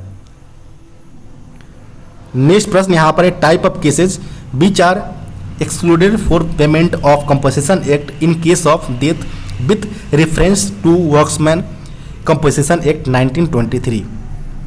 यानी 1923 कंपनसेशन एक्ट के आधार पर अगर कोई कर्मचारी कार्य के दौरान, वर्किंग के दौरान अगर डेथ होता है, तो इस केस में कुछ कंडीशन को यहाँ पर एक्सक्लूड किए गए हैं, बाहर किए गए, जिस यहाँ पर उसको कंपनसेशन नहीं प्रोवाइड करवाया जाएगा। ध्यान रखिए, एक्सेप्ट केस ऑफ डेथ, मृत्यु के अलावा कोई अगर कोई पार्शियल डिसेबलमेंट या जो अदर जो टेम्पोररी वगैरह जो होते हैं, इस केस में उसको कंपनसेशन से बाहर रखा गया है अगर कुछ सर्टेन कंडीशन इसके अंतर्गत अगर होता है। इसमें पहला कंडीशन रखा गया है कि अगर कोई कर्मचारी इंजरी के दौरान कोई मेजर यहाँ पर रिजल्ट नहीं आता है डिसेबलमेंट का, तो उस केस में यहाँ पर कंपनसेशन नहीं प्रोवाइड करवाया जाएगा। सेकेंड कंडीशन रखा गया है कि अगर कोई प्रशासन के द्वारा कोई ऑर्डर दिया गया है जिनको वह अवहेलना करता है, डिसऑबलीनेस जो होते हैं उनको वह मानता नहीं है, उस बिहा पर कोई अगर इंजरी होता है तो उस केस में भी यहाँ पर उसको कंपनसेशन नहीं से बाहर रखा गया है। इसके अलावा अगर वो ड्रग्स या अल्कोहल के हालत में अगर होता है तो उस केस में भी यहाँ पर नहीं दिया जाएगा। इसके अलावा अगर बात करें, अगर वो जो PPE किट्स जो होते हैं, पर्सनल प्रोटेक्टिव इक्विपमेंट किट्स, जो कि वहाँ पर प्रॉपर रूप से ना पहना हो या उसके रिगार्डिंग जो सेफ्टी रूल्स वगैरह है उसको नहीं फॉलो किया हो, तो उस केस में भी यहाँ पर कंपनसेशन एक्ट्स के अंतर्गत पेमेंट से उसको एक्सक्लूड किए गए हैं, बाहर रखे गए हैं। यहाँ पर हम बात करें ऑप्शन का, तो not bearing a PPE kits ये करेक्ट है, जिसको यहाँ पर कंपनसेशन पेमेंट ऑफ कंपनसेशन से यहाँ पर बाहर रखा गया है। सेकंड यहाँ पर है विलफुल डिसओबीडियंस ऑफ रूल्स, यानी यहाँ पर रूल्स का अवहेलना करना, नहीं मानना, वो यहाँ पर है।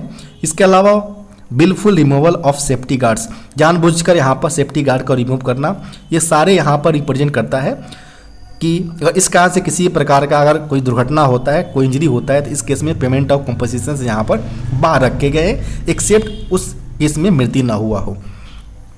यहाँ पर ऑप्शन नंबर डी इसका सही उत्तर हो जाएगा। नेक्स्ट प्रश्न यहाँ पर है, dash gives colour and opacity. निम्नलिखित में से कौन सा यहाँ पर कलर या ओपेसिटी अस्पष्टता यहाँ पर देता है? तो इसमें पिगमेंट इसका सही उत्तर हो जाएगा। पिगमेंट यहाँ पर मेजर सपोर्ट यहाँ पर करता है ताकि यहाँ पर ओपेसिटी एवं कलर को प्रोवाइड किया जाए। इसके अलावा अगर बात करें तो पिगमेंट जो होता है वो मेनली ऑर्गेनिक एवं इनऑर्गेनिक मटेरियल्स होते हैं जिनके ऊपर ही यहाँ पर कलर किए जाते हैं। इसके अलावा अगर बात करें तो पिगमेंट जो प्रोवाइड करवाता है वो मेनली जो वेदर रिलायबिलिटी जो होते हैं पेंट्स का, उनमें यह सपोर्ट करता है, करोजन रेसिस्टेंस में भी सपोर्ट करते हैं। इसके अलावा जो इनके एस्थेटिक जो होते हैं पेंट्स के या एस्थेटिक जो सौंदर्य वगैरह होते हैं वह मेनली पिगमेंट्स के ही आधार पर इसको प्रोवाइड होते हैं। इसके अलावा आपसे ये भी पूछा जा सकता है कि जो पेंट्स होते हैं वो पेंट्स का कंपोजिशन क्या होता है, मिक्सचर जो होता है। पेंट जो मेनली होता है वो पिगमेंट, बाइंडर एवं थिनर के माध्यम से यह कंपोजिशन बनते हैं। और जो पेंट का जो थिकनेस होता है उसे DFT ड्राई फिल्म थिकनेस के मेजर आधार पर किया जाता है, और इसको मेजर करने के लिए हम अल्कोमीटर का प्रयोग करते हैं, जिसका जो यूनिट्स निकल कर आता है वो माइक्रोन्स में निकल कर आता है। तो इस सारे को आप याद रखें। नेक्स्ट प्रश्न यहाँ पर class C fire is dash fire. Class C fires किस प्रकार का फायर है वो यहाँ पर पूछा गया है। तो सबसे पहले आप जान लें कि जो फायर्स होते हैं ट्रायंगुलर शेप में होते हैं, जिसके लिए ऑक्सीजन, हीट एवं फ्यूल को यहाँ पर लिया जाता है। जब आप यहाँ पर फायर्स का यहाँ पर इस प्रकार से फॉर्मेशन होते हैं, इस प्रकार फायर के लिए जो 4 क्लास रखे गए हैं, क्लास A के अंतर्गत मेनली पेपर, वुड, क्लोथ्स वगैरह को शामिल किया गया है। क्लास B की अगर बात करें तो क्लास B के अंतर्गत मेनली जो फ्लेमेबल लिक्विड जैसे कि पेट्रोल, डीजल वगैरह है, ग्रीस या गैसेस वगैरह, इसको शामिल किया जाता है। जबकि क्लास C के अंतर्गत जो इलेक्ट्रिकल टाइप्स के जो फायर्स होते हैं इनको रखा जाता है। और क्लास D की अगर बात करें तो क्लास D में मेटल्स जो होते हैं, जिसमें सोडियम, पोटेशियम, मैग्नीशियम, एल्युमिनियम जो मेटल्स होते हैं, इनसे लगे फायर्स को क्लास D के अंतर्गत रखा जाता है। अब यहाँ पर जो पूछा गया है वो क्लास C के अंतर्गत किस प्रकार के फायर आता है, तो इलेक्ट्रिकल फायर्स यहाँ पर हो जाएगा। ऑप्शन नंबर C इसका सही उत्तर होगा।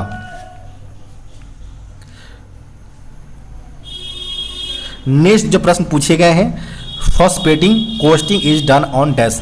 जो फॉस्फेटिंग कोटिंग जो किया जाता है वो किस पर किया जाता है, तो सबसे पहले आप जान लें कि जो फॉस्फेटिंग कोटिंग क्या है।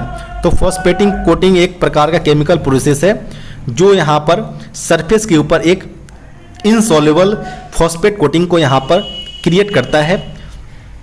यह मेनली जो अप्लाई किया जाता है फॉस्फेटिंग कोटिंग, वह मेनली कार्बन स्टील, लो एलॉय स्टील, कास्ट आयरन वगैरह पर इसको अप्लाई किया जाता है।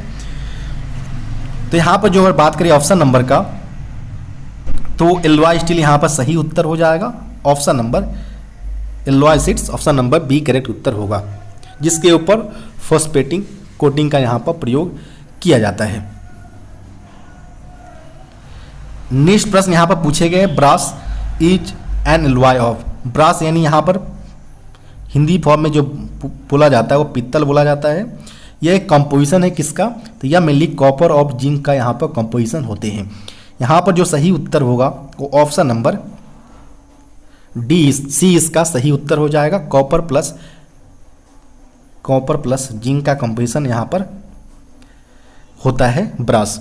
इसके अलावा अगर बात करें जो यहाँ पर अदर जो दिए गए हैं, जैसे सोल्डर जो होते हैं, सोल्डर जो कंपोजिशन होते हैं वो मेनली लेड प्लस टीन का कंपोजिशन होता है। इसके अलावा अगर बात करें जो ब्रॉन्ज जो होते हैं,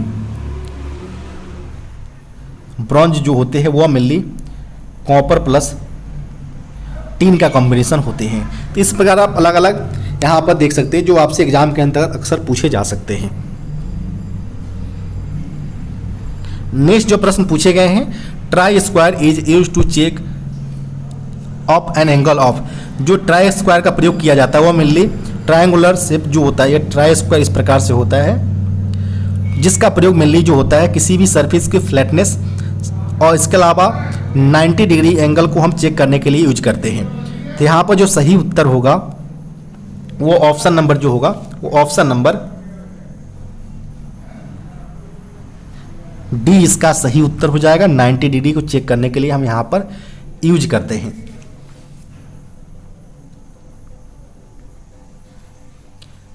नेक्स्ट जो प्रश्न पूछे गए हैं, old transportation code of the ladies compartment. जो लेडीज कंपार्टमेंट जो कोच यूज किए जाते थे, इनका ओल्ड ट्रांसपोर्टेशन कोड जो है वो वाई से डिनोट किया जाता है। यहाँ पर ऑप्शन नंबर सी इसका सही उत्तर हो जाएगा। नेक्स्ट प्रश्न यहाँ पर है, what is the purpose of manipulator. Manipulator का उद्देश्य होता है down hand bending. Down hand bending करने के लिए हम मैनिपुलेटर का प्रयोग करते हैं। तो यहाँ पर जो सही उत्तर होगा ऑप्शन नंबर बी इसका सही उत्तर हो जाएगा। नेक्स्ट प्रश्न यहाँ पर है, how the weight of the body is transferred on the trolley in ICF coaches. ICF coach में बॉडी जो वेट ऑफ बॉडी होता है ट्रॉली के ऊपर किस प्रकार ट्रांसफर होते हैं, तो वह मेनली साइड बैरियर जो के माध्यम से ट्रांसफर किए जाते हैं। यहाँ पर ऑप्शन नंबर सी इसका सही उत्तर हो जाएगा। नेक्स्ट प्रश्न यहाँ पर है the axle load of AC coaches. जो आईसीएफ कोच में जो एसी कोचेज होते हैं इनका एक्सल लोड जो होता है 16.25 टन होता है। यह एसी कोच के लिए यूज किया जाता है और 13 टन जो होता है वो नॉन एसी के लिए यूज किया जाता है। यह मेनली आईसीएफ कोच पर एप्लीकेबल होते हैं। यहाँ पर बात करें ऑप्शन नंबर का, ऑप्शन नंबर यहाँ पर बी करेक्ट उत्तर हो जाएगा।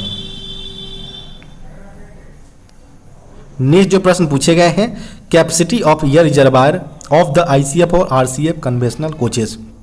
जो आईसीएफ एवं आरसीएफ कन्वेंशनल कोचेज में जो air tanks auxiliary reservoir tank का जो प्रयोग किया जाता है इनका कैपेसिटी 200 लीटर का होता है। यहाँ पर ऑप्शन नंबर बी इसका सही उत्तर हो जाएगा। नेक्स्ट प्रश्न यहाँ पर है the colour of feed pipe in coaching trains. Coaching trains में जो फीड पाइप एवं ब्रेक पाइप का जो प्रयोग किया जाता है, ब्रेक पाइप्स इनका अगर बात करें कलर कोड का, तो फीड पाइप के लिए white colour code, break pipe के लिए ग्रीन कलर कोड का प्रयोग किया जाता है। फीड पाइप के अंतर्गत 6 kg पर सेंटीमीटर स्क्वायर का प्रेशर, जबकि ब्रेक पाइप के अंतर्गत 5 kg पर सेंटीमीटर स्क्वायर का प्रेशर अवेलेबल होते हैं। तो यहाँ पर बात पूछा गया था फीड पाइप के लिए, तो व्हाइट कलर कोड यहाँ पर सही उत्तर हो जाएगा, ऑप्शन नंबर डी। नेक्स्ट प्रश्न यहाँ पर है what do you mean of SCTR. SCTR से आप क्या समझते हैं, तो एससीटीआर मेनली जो है सिंगल कार टेस्ट रिग के लिए प्रयोग किया जाता है। यहाँ पर अगर बात करें ऑप्शन नंबर का, तो ऑप्शन नंबर यहाँ पर सी इसका सही उत्तर हो जाएगा। इसका प्रयोग जब भी कोचेज आईओएच या पीओएच के लिए जाता है तो उस दौरान ब्रेकिंग सिस्टम को टेस्ट करने के लिए हम एससीटीआर का प्रयोग करते हैं। एससीटीआर के माध्यम से हम लीकेज टेस्ट हो, सेंसिटिविटी टेस्ट हो, इनसेंसिटिविटी टेस्ट हो, इसके अलावा जो ब्रेक एप्लीकेशन के दौरान कितने टाइम हमारा लगते हैं, ये सारे यहाँ पर हमारा टेस्टिंग के लिए प्रोसीजर के लिए हम एससीटीआर का प्रयोग करते हैं। नेक्स्ट प्रश्न यहाँ पर है where anchor link is fitted in a bogie. Bogie के अंतर्गत जो एंकर लिंक होते हैं वो कहाँ पर फिट होते हैं, तो एंकर लिंक की अगर बात करें,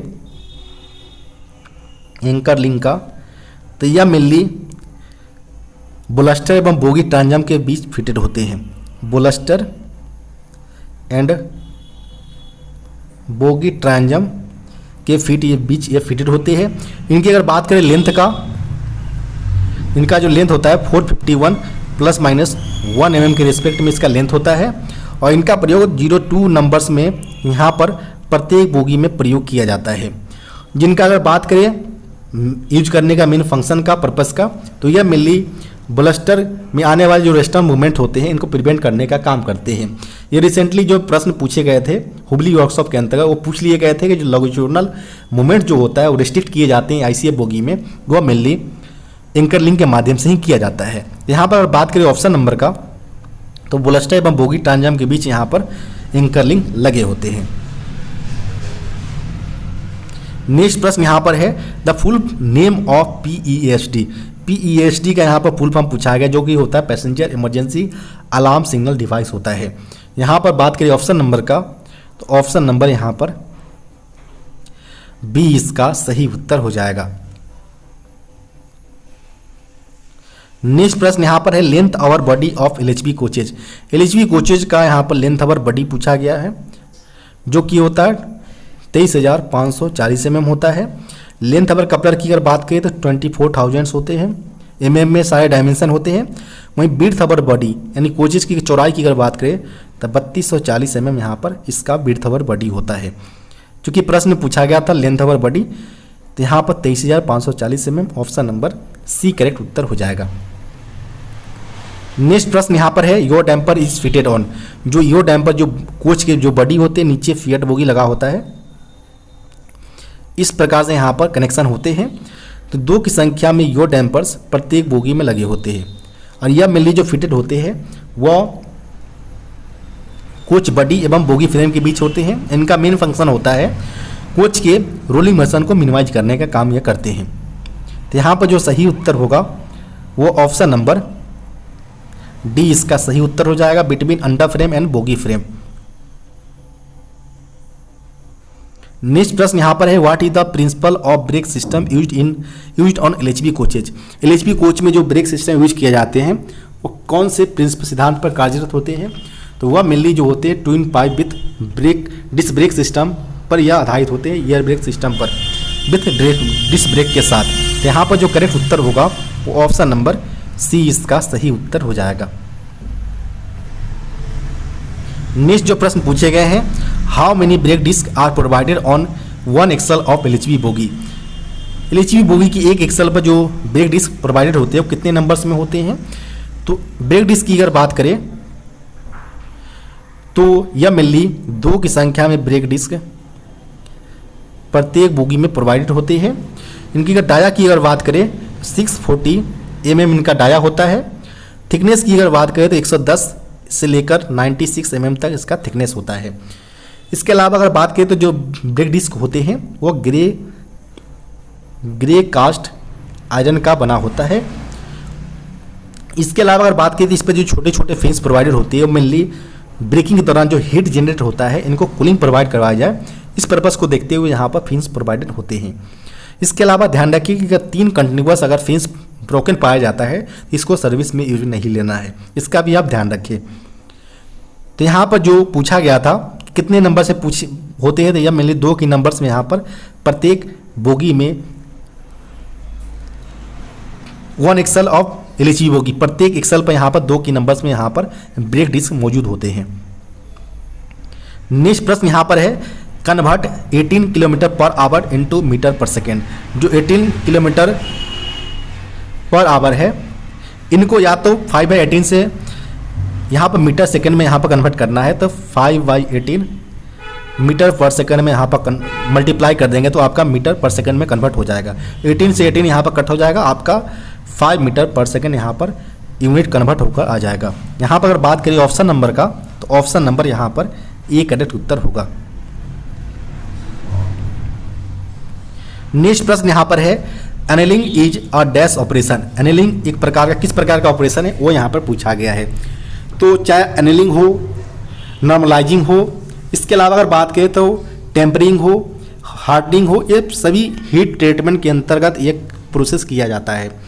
यह हीट ट्रीटमेंट का हिस्सा है और हीट ट्रीटमेंट किया जाता है ताकि जो स्टील या अदर मेटल्स के जो प्रॉपर्टीज है उनको चेंज किया जा सके। इस पर्पस को देखते हुए यहाँ पर हीट ट्रीटमेंट किया जाता है। और हीट ट्रीटमेंट में यहाँ पर पूछा गया कि जो एनेलिंग जो होता है वो किस प्रकार का ऑपरेशन है वो यहाँ पर पूछा गया है।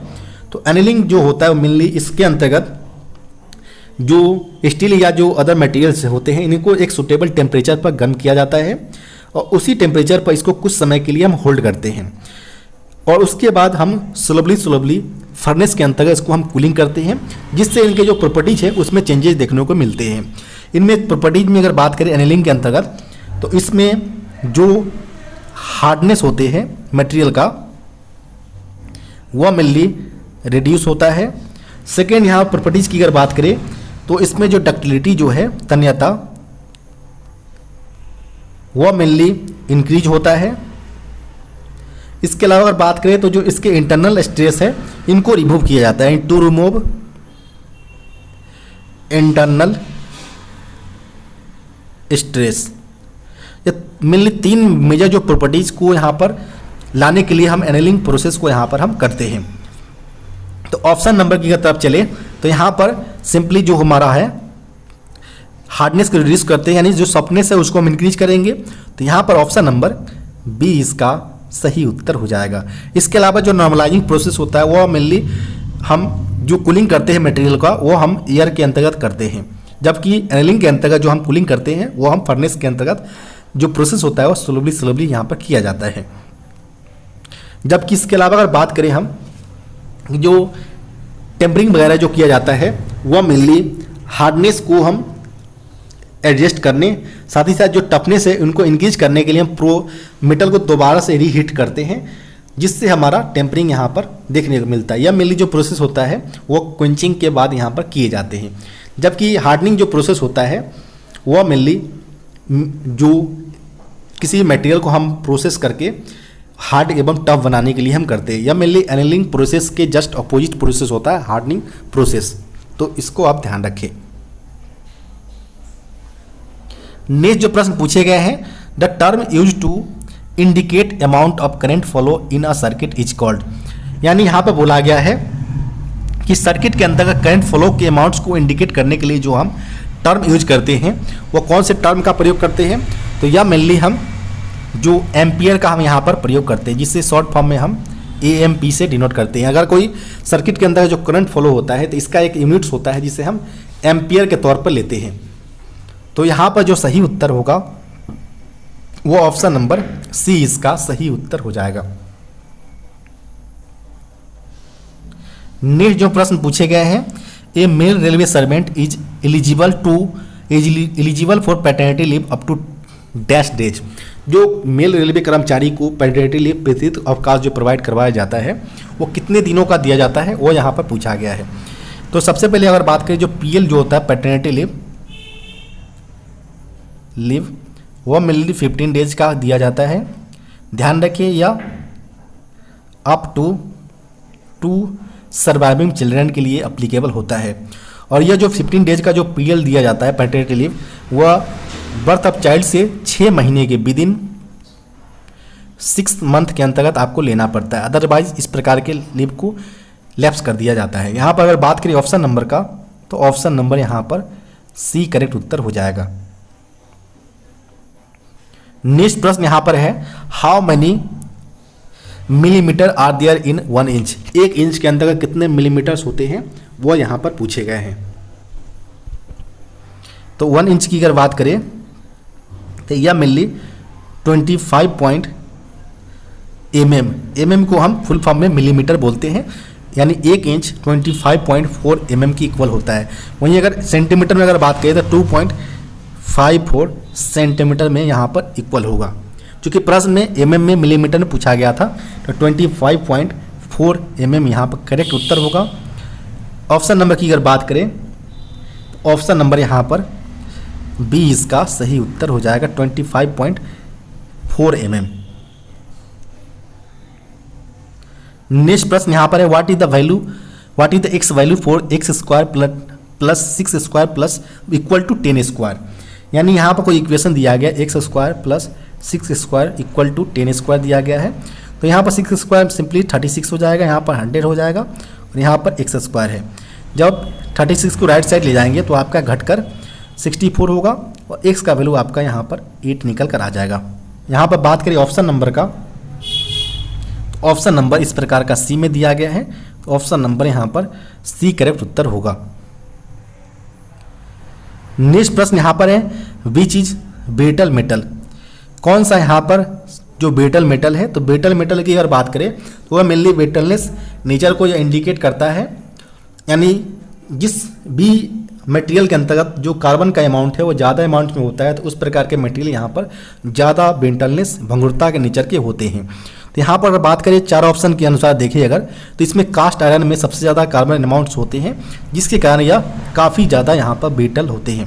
यहाँ पर ऑप्शन नंबर ए इसका सही उत्तर हो जाएगा।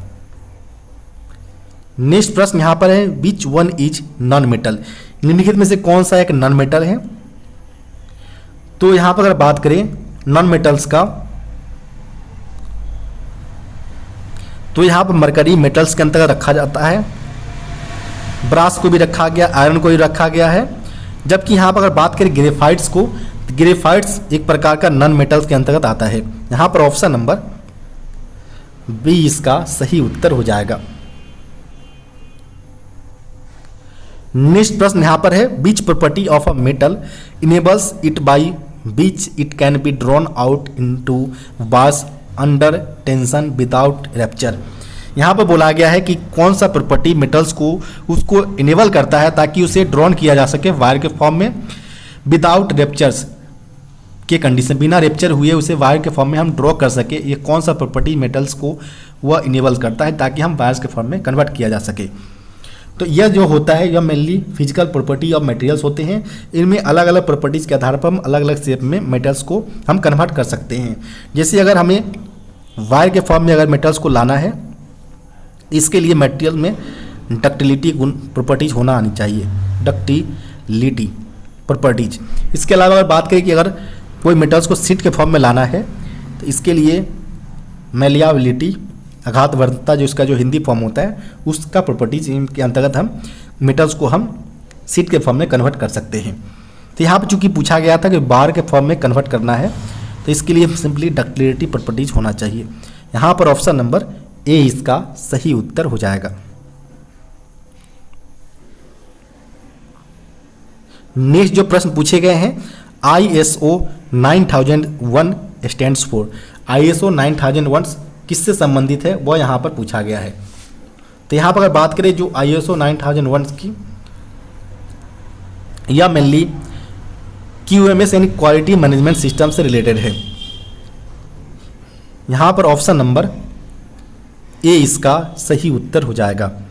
इसके अलावा अगर बात करें EMS जो कि एनर्जी मैनेजमेंट सिस्टम को यहाँ पर रिप्रेजेंट कर रहा है, इसके लिए जो ISO स्टैंडर्ड रखा गया है वह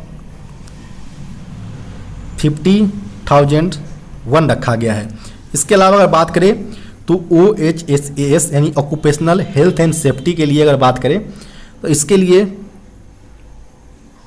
45,001 या OHSAS की अगर बात करें तो यह 18,000 रखा गया है। जबकि बिल्डिंग स्टैंडर्ड के लिए अगर बात करें क्वालिटी रिक्वायरमेंट फॉर बिल्डिंग, इसके लिए ISO 3834 रखा गया है। तो इसका भी ध्यान रखिए। नेक्स्ट प्रश्न जस्ट पूछा गया ISO 45,000 जो है वो mainly occupational health and safety के लिए है। तो यहाँ पर बात करें ऑप्शन नंबर का तो 91 प्रश्न के लिए जो ऑप्शन नंबर 1 हो ए हो जाएगा इसका सही उत्तर। जबकि 90 प्रश्न के लिए जो होगा वो QMS क्वालिटी मैनेजमेंट सिस्टम के लिए जो ISO स्टैंडर्ड होता है वो 9001 होते हैं। नेक्स्ट प्रश्न यहाँ पर पूछे गए हैं what do you mean by CC racks. CC rack से आप क्या समझते हैं। CC रैक जो होता है मेनली वो क्लोज सर्किट रैक को इंडिकेट करता है। यह मेनली फ्रेट स्टॉक के अंतर्गत आने वाले जो अलग अलग टाइप्स के जो एग्जामिनेशन होते हैं जैसे end to end intensive examination, second जो होता है प्रीमियम, फिर एक थर्ड जो लाया गया अभी रिसेंटली वो स्पेशल प्रीमियम एग्जामिनेशन होते हैं, और फोर्थ जो होते हैं वो क्लोज सर्किट रैक होता है। इसका जो फुल फॉर्म यहाँ पर है close circuit rack. Option number B इसका सही उत्तर हो जाएगा। इसके अंतर्गत मेनली जो होता है मिनिमम ब्रेक जो ओरिजिनेटिंग स्टेशन में ब्रेक पावर 100%, इन रूट के अंतर्गत मिनिमम ब्रेक पावर 100% होना चाहिए। इसके अलावा जब भी BPC CC रैक के अंतर्गत जारी किया जाता है येलो कलर पेपर्स का यूज किया जाना चाहिए। थर्ड जो है 100 मैन आवर पर रैक की रिक्वायरमेंट होता है इस प्रकार के रैक को एग्जामिनेशन करने के लिए। इसके अलावा अगर बात करें कि जो इसका वैलिडिटी होता है वैधता होता है वह 30+5 डेज या 35+5 डेज इसका वैधता होता है। किलोमीटर की अगर बात करें तो 7500 किलोमीटर से 10,000 किलोमीटर तक रेक टू रेक या किलोमीटर वेरी होते रहते हैं। नेक्स्ट प्रश्न यहाँ पर है what type of centre buffer coupler used in Indian railway. भारतीय रेलवे में किस प्रकार के सेंटर बफर कपलर का प्रयोग किया जाता है। तो यह मेनली AAR टाइप के सेंटर बफर कपलर का प्रयोग किया जाता है जो कि ऑप्शन नंबर सी में दिया गया है। तो यहाँ पर ऑप्शन नंबर सी इसका सही उत्तर हो जाएगा। नेक्स्ट प्रश्न यहाँ पर है the fitment of direct mount roller bearing on ICF coach general is dash fit. जो हम ICF कोच के अंतर्गत जो हम बियरिंग का माउंटिंग जो जनरल के ऊपर करते हैं एक्सल जनरल के ऊपर वो किस प्रकार के फिट्स के अंतर्गत आता है वो यहाँ पर पूछा गया है। तो जब भी हमें ICF कोच के अंतर्गत बियरिंग को हमें एक्सल जनरल के ऊपर फिट करना होता है तो उससे पहले हम बियरिंग को हम इंडक्शन हीटर या व्हाइल बाथ्स के माध्यम से हम इसको प्री हीटिंग करते हैं ताकि इस पे जो शेप है उसमें थोड़ा सा चेंजिंग आए। जैसे इसमें जो चेंजिंग आते हैं तो यह आसानी पूर्वक वहाँ जनरल के ऊपर स्लाइडिंग करने में यह कैपेबल होते हैं, जिसके माध्यम से जो इंटरफेरेंस फिट होता है इसके माध्यम से हम उसको जनरल के ऊपर फिट कर देते हैं। फिर इसमें स्ट्रिंग्स जो फिट होते हैं प्रॉपर वो श्रिंक होकर प्रॉपर एक्सल पर वो आ जाते हैं। यहाँ पर अगर बात करें ऑप्शन नंबर का तो ऑप्शन नंबर बी इसका सही उत्तर हो जाएगा इंटरफेरेंस फिट। ध्यान रखें जो इंडक्शन हीटर या ऑयल बाथ के माध्यम से जो हम बियरिंग को गर्म करते हैं वह not exceed 120 degree Celsius 120 degree Celsius से ज़्यादा हीट नहीं किया जाना चाहिए, इसका भी आप ध्यान रखें। नेक्स्ट प्रश्न यहाँ पर है CNC machine is not applicable in. जो सीएनसी मशीन होता है वो किस पर अप्लीकेबल नहीं होता है? तो सीएनसी मशीन सिंपली जो होता है वो कंप्यूटर न्यूमेरिक कंट्रोल होता है इसका फुल फॉर्म। यह मेनली इसके अंतर्गत जो बेसिक ऑपरेशन जो किए करते हैं हम सीएनसी मशीन के अंतर्गत, वो माइलिंग, टर्निंग, ग्राइंडिंग, ड्रिलिंग एवं लेथिंग वाली जो ऑपरेशन होती है वो सारे सीएनसी मशीन के अंतर्गत किया जाता है। तो यहाँ पर जो होगा वो नॉन ऑफ द एबव यहाँ पर करेक्ट उत्तर हो जाएगा। इसके अलावा जो सीएनसी मशीन के अंतर्गत मेनली दो प्रकार के यहाँ पर लिए जाते हैं। एक होता है हमारा जी कोड के तौर पर लिया जाता है और एक लिया जाता है यहाँ पर एम कोड के फॉर्म में लिया जाता है। यहाँ पर जी मेनली जो लिया जाता है वह लिया जाता है यहाँ पर जियोमेट्रिक कोड्स के तौर पर, यहाँ पर जियोमेट्रिक कोड के तौर पर लिया जाता है। जबकि जो एम की अगर बात करें तो वह मेनली मिसलेनियस मशीन कोड के तौर पर लिया जाता है। जी कोड के अंतर्गत जो नॉर्मली एग्जाम के अंतर्गत प्रश्न पूछे जाते हैं वो जी वन मेनली जो यूज किया जाता है 01 वो लीनियर इंटरपोलेशंस के लिए यूज किया जाता है। जबकि G02 की अगर बात करें तो यह मेनली सर्कुलर इंटरपोलेशन के लिए प्रयोग किया जाता है। इसके अलावा अगर बात करें जो अक्सर एग्जाम में पूछे जाते हैं M2 का, तो यह M202 जो होता है वह प्रोग्राम इंड करने के लिए और M06 का प्रयोग टूल चेंज करने के लिए यूज में किया जाता है। नेक्स्ट जो प्रश्न पूछे गए हैं DFT in painting stands for. जो पेंटिंग के अंतर्गत जो DFT जो है वह मेनली ड्राई फिल्म थिकनेस को रिप्रेजेंट करता है। यहाँ पर ऑप्शन नंबर सी इसका सही उत्तर हो जाएगा। इसके अगर बात करें कि जो ड्राई फिल्म थिकनेस जो पेंट्स का होता है इसको मेजर करने के लिए हम अल्कोमीटर का प्रयोग करते हैं। अल्कोमीटर का प्रयोग करते हैं। इसका जो यूनिट्स होता है वह मेनली माइक्रोन होता है। नेक्स्ट प्रश्न यहाँ पर बात करें पूछे गए हैं what is the purpose of a pattern in casting procedure. Casting procedure में अंतर्गत जो पैटर्न हम यूज करते हैं इनका पर्पस क्या है? तो इनका मेन पर्पस जो होता है वो मेनली जो एक मोल्ड कैविटी को जो यहाँ पर क्रिएट करना पड़ता है उसके लिए यहाँ पर कास्टिंग प्रोसीजर पैटर्न को यहाँ पर हम अपनाते हैं। इसमें मेनली जो होता है वो डिजायर शेप को यहाँ पर और स्ट्रक्चर को प्राप्त करने के लिए हम metal deposit, fine metal deposit को क्रिएट करते हैं यहाँ पर। तो यहाँ पर अगर बात करें ऑप्शन नंबर का तो यहाँ पर ऑप्शन नंबर सी यहाँ पर सही उत्तर हो जाएगा। To create the mould cavity main purpose होता है कास्टिंग प्रोसीजर्स पैटर्न्स का। यहाँ पर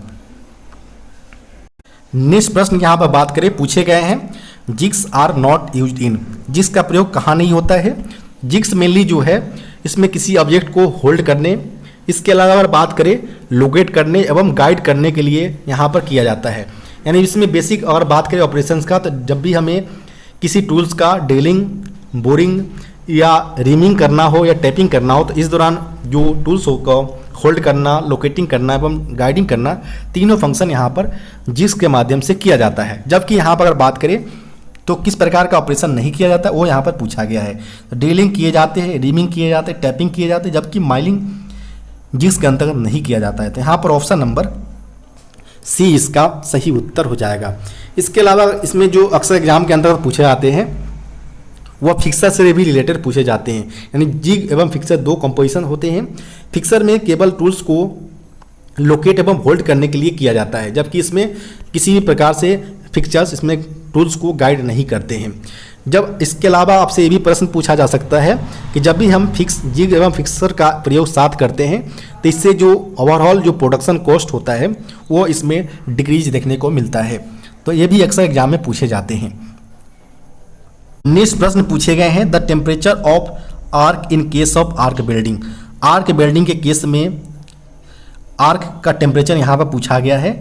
तो टेम्परेचर जो आर्क वेल्डिंग के केस में जो आर्क का टेम्परेचर होता है वो 3600 डिग्री सेल्सियस यहाँ पर होते हैं। यहाँ पर ऑप्शन नंबर डी इसका सही उत्तर हो जाएगा। नेक्स्ट प्रश्न पूछे गए हैं the electrical motor used in conventional ceiling fan. Conventional ceiling fan के अंतर्गत जो इलेक्ट्रिकल मोटर का प्रयोग करते हैं वो कौन सा है? तो वह mainly single phase induction motor का यहाँ पर प्रयोग किया जाता है। तो यहाँ पर बात करें ऑप्शन नंबर का तो ऑप्शन नंबर यहाँ पर डी इसका सही उत्तर हो जाएगा।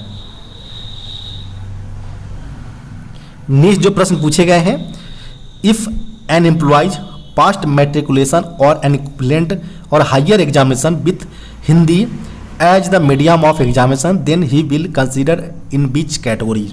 यहाँ पर बोला गया है कि अगर कोई कर्मचारी मैट्रिकुलेशन एग्जाम्स या उसके इक्विवेलेंट या उसके हायर एग्जामिनेशंस हिंदी के साथ as a medium of examination के तौर पर अगर वह पास करता है तो उस केस में कर्मचारी को किस तरह कंसीडर किया जाएगा, वो यहाँ पर किस कैटेगरी में कंसीडर किया जाएगा वो यहाँ पर पूछा गया है।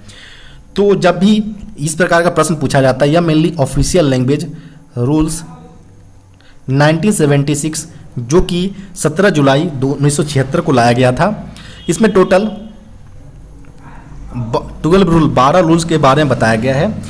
12 रूल्स के जो रूल नंबर 9 हैं, रूल नंबर 9 के अंतर्गत 9 के ए के अंतर्गत इस प्रकार का मेंशन किया गया है कि अगर कोई कर्मचारी मैट्रिकुलेशन या उसके इक्विवेलेंट या हायर एग्जामिनेशन हिंदी मीडियम के साथ अगर पास किया गया हो तो उसे प्रोफिशिएंसी इन हिंदी समझा जाए।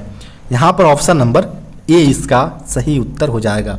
इसके अलावा भी 9 के बी के अंतर्गत बताया गया है कि अगर कोई कर्मचारी डिग्री एग्जामिनेशन या डिग्री एग्जामिनेशंस के इक्विवेलेंट या उससे हायर किसी अन्य परीक्षा में हिंदी को एज अ इलेक्टिव सब्जेक्ट के तौर पर अगर लिया हो तो उस केस में भी उसको प्रोफिशिएंसी इन हिंदी के तौर पर कंसीडर किया जाना चाहिए। थर्ड कंडीशन यह रखा गया है कि इसके अलावा कि अगर कोई कर्मचारी इस नियम जो रूल 9 के अंतर्गत जो नियम बनाया गया है इससे रिलेटेड कोई अगर एनेक्जर फॉर्म को यहाँ पर में स्वयं को हिंदी के प्रोफिशिएंसी के तौर पर घोषणा करता है तो उस केस में भी उसको प्रोफिशिएंसी इन हिंदी के तौर पर उसको कंसीडर किया जाना चाहिए।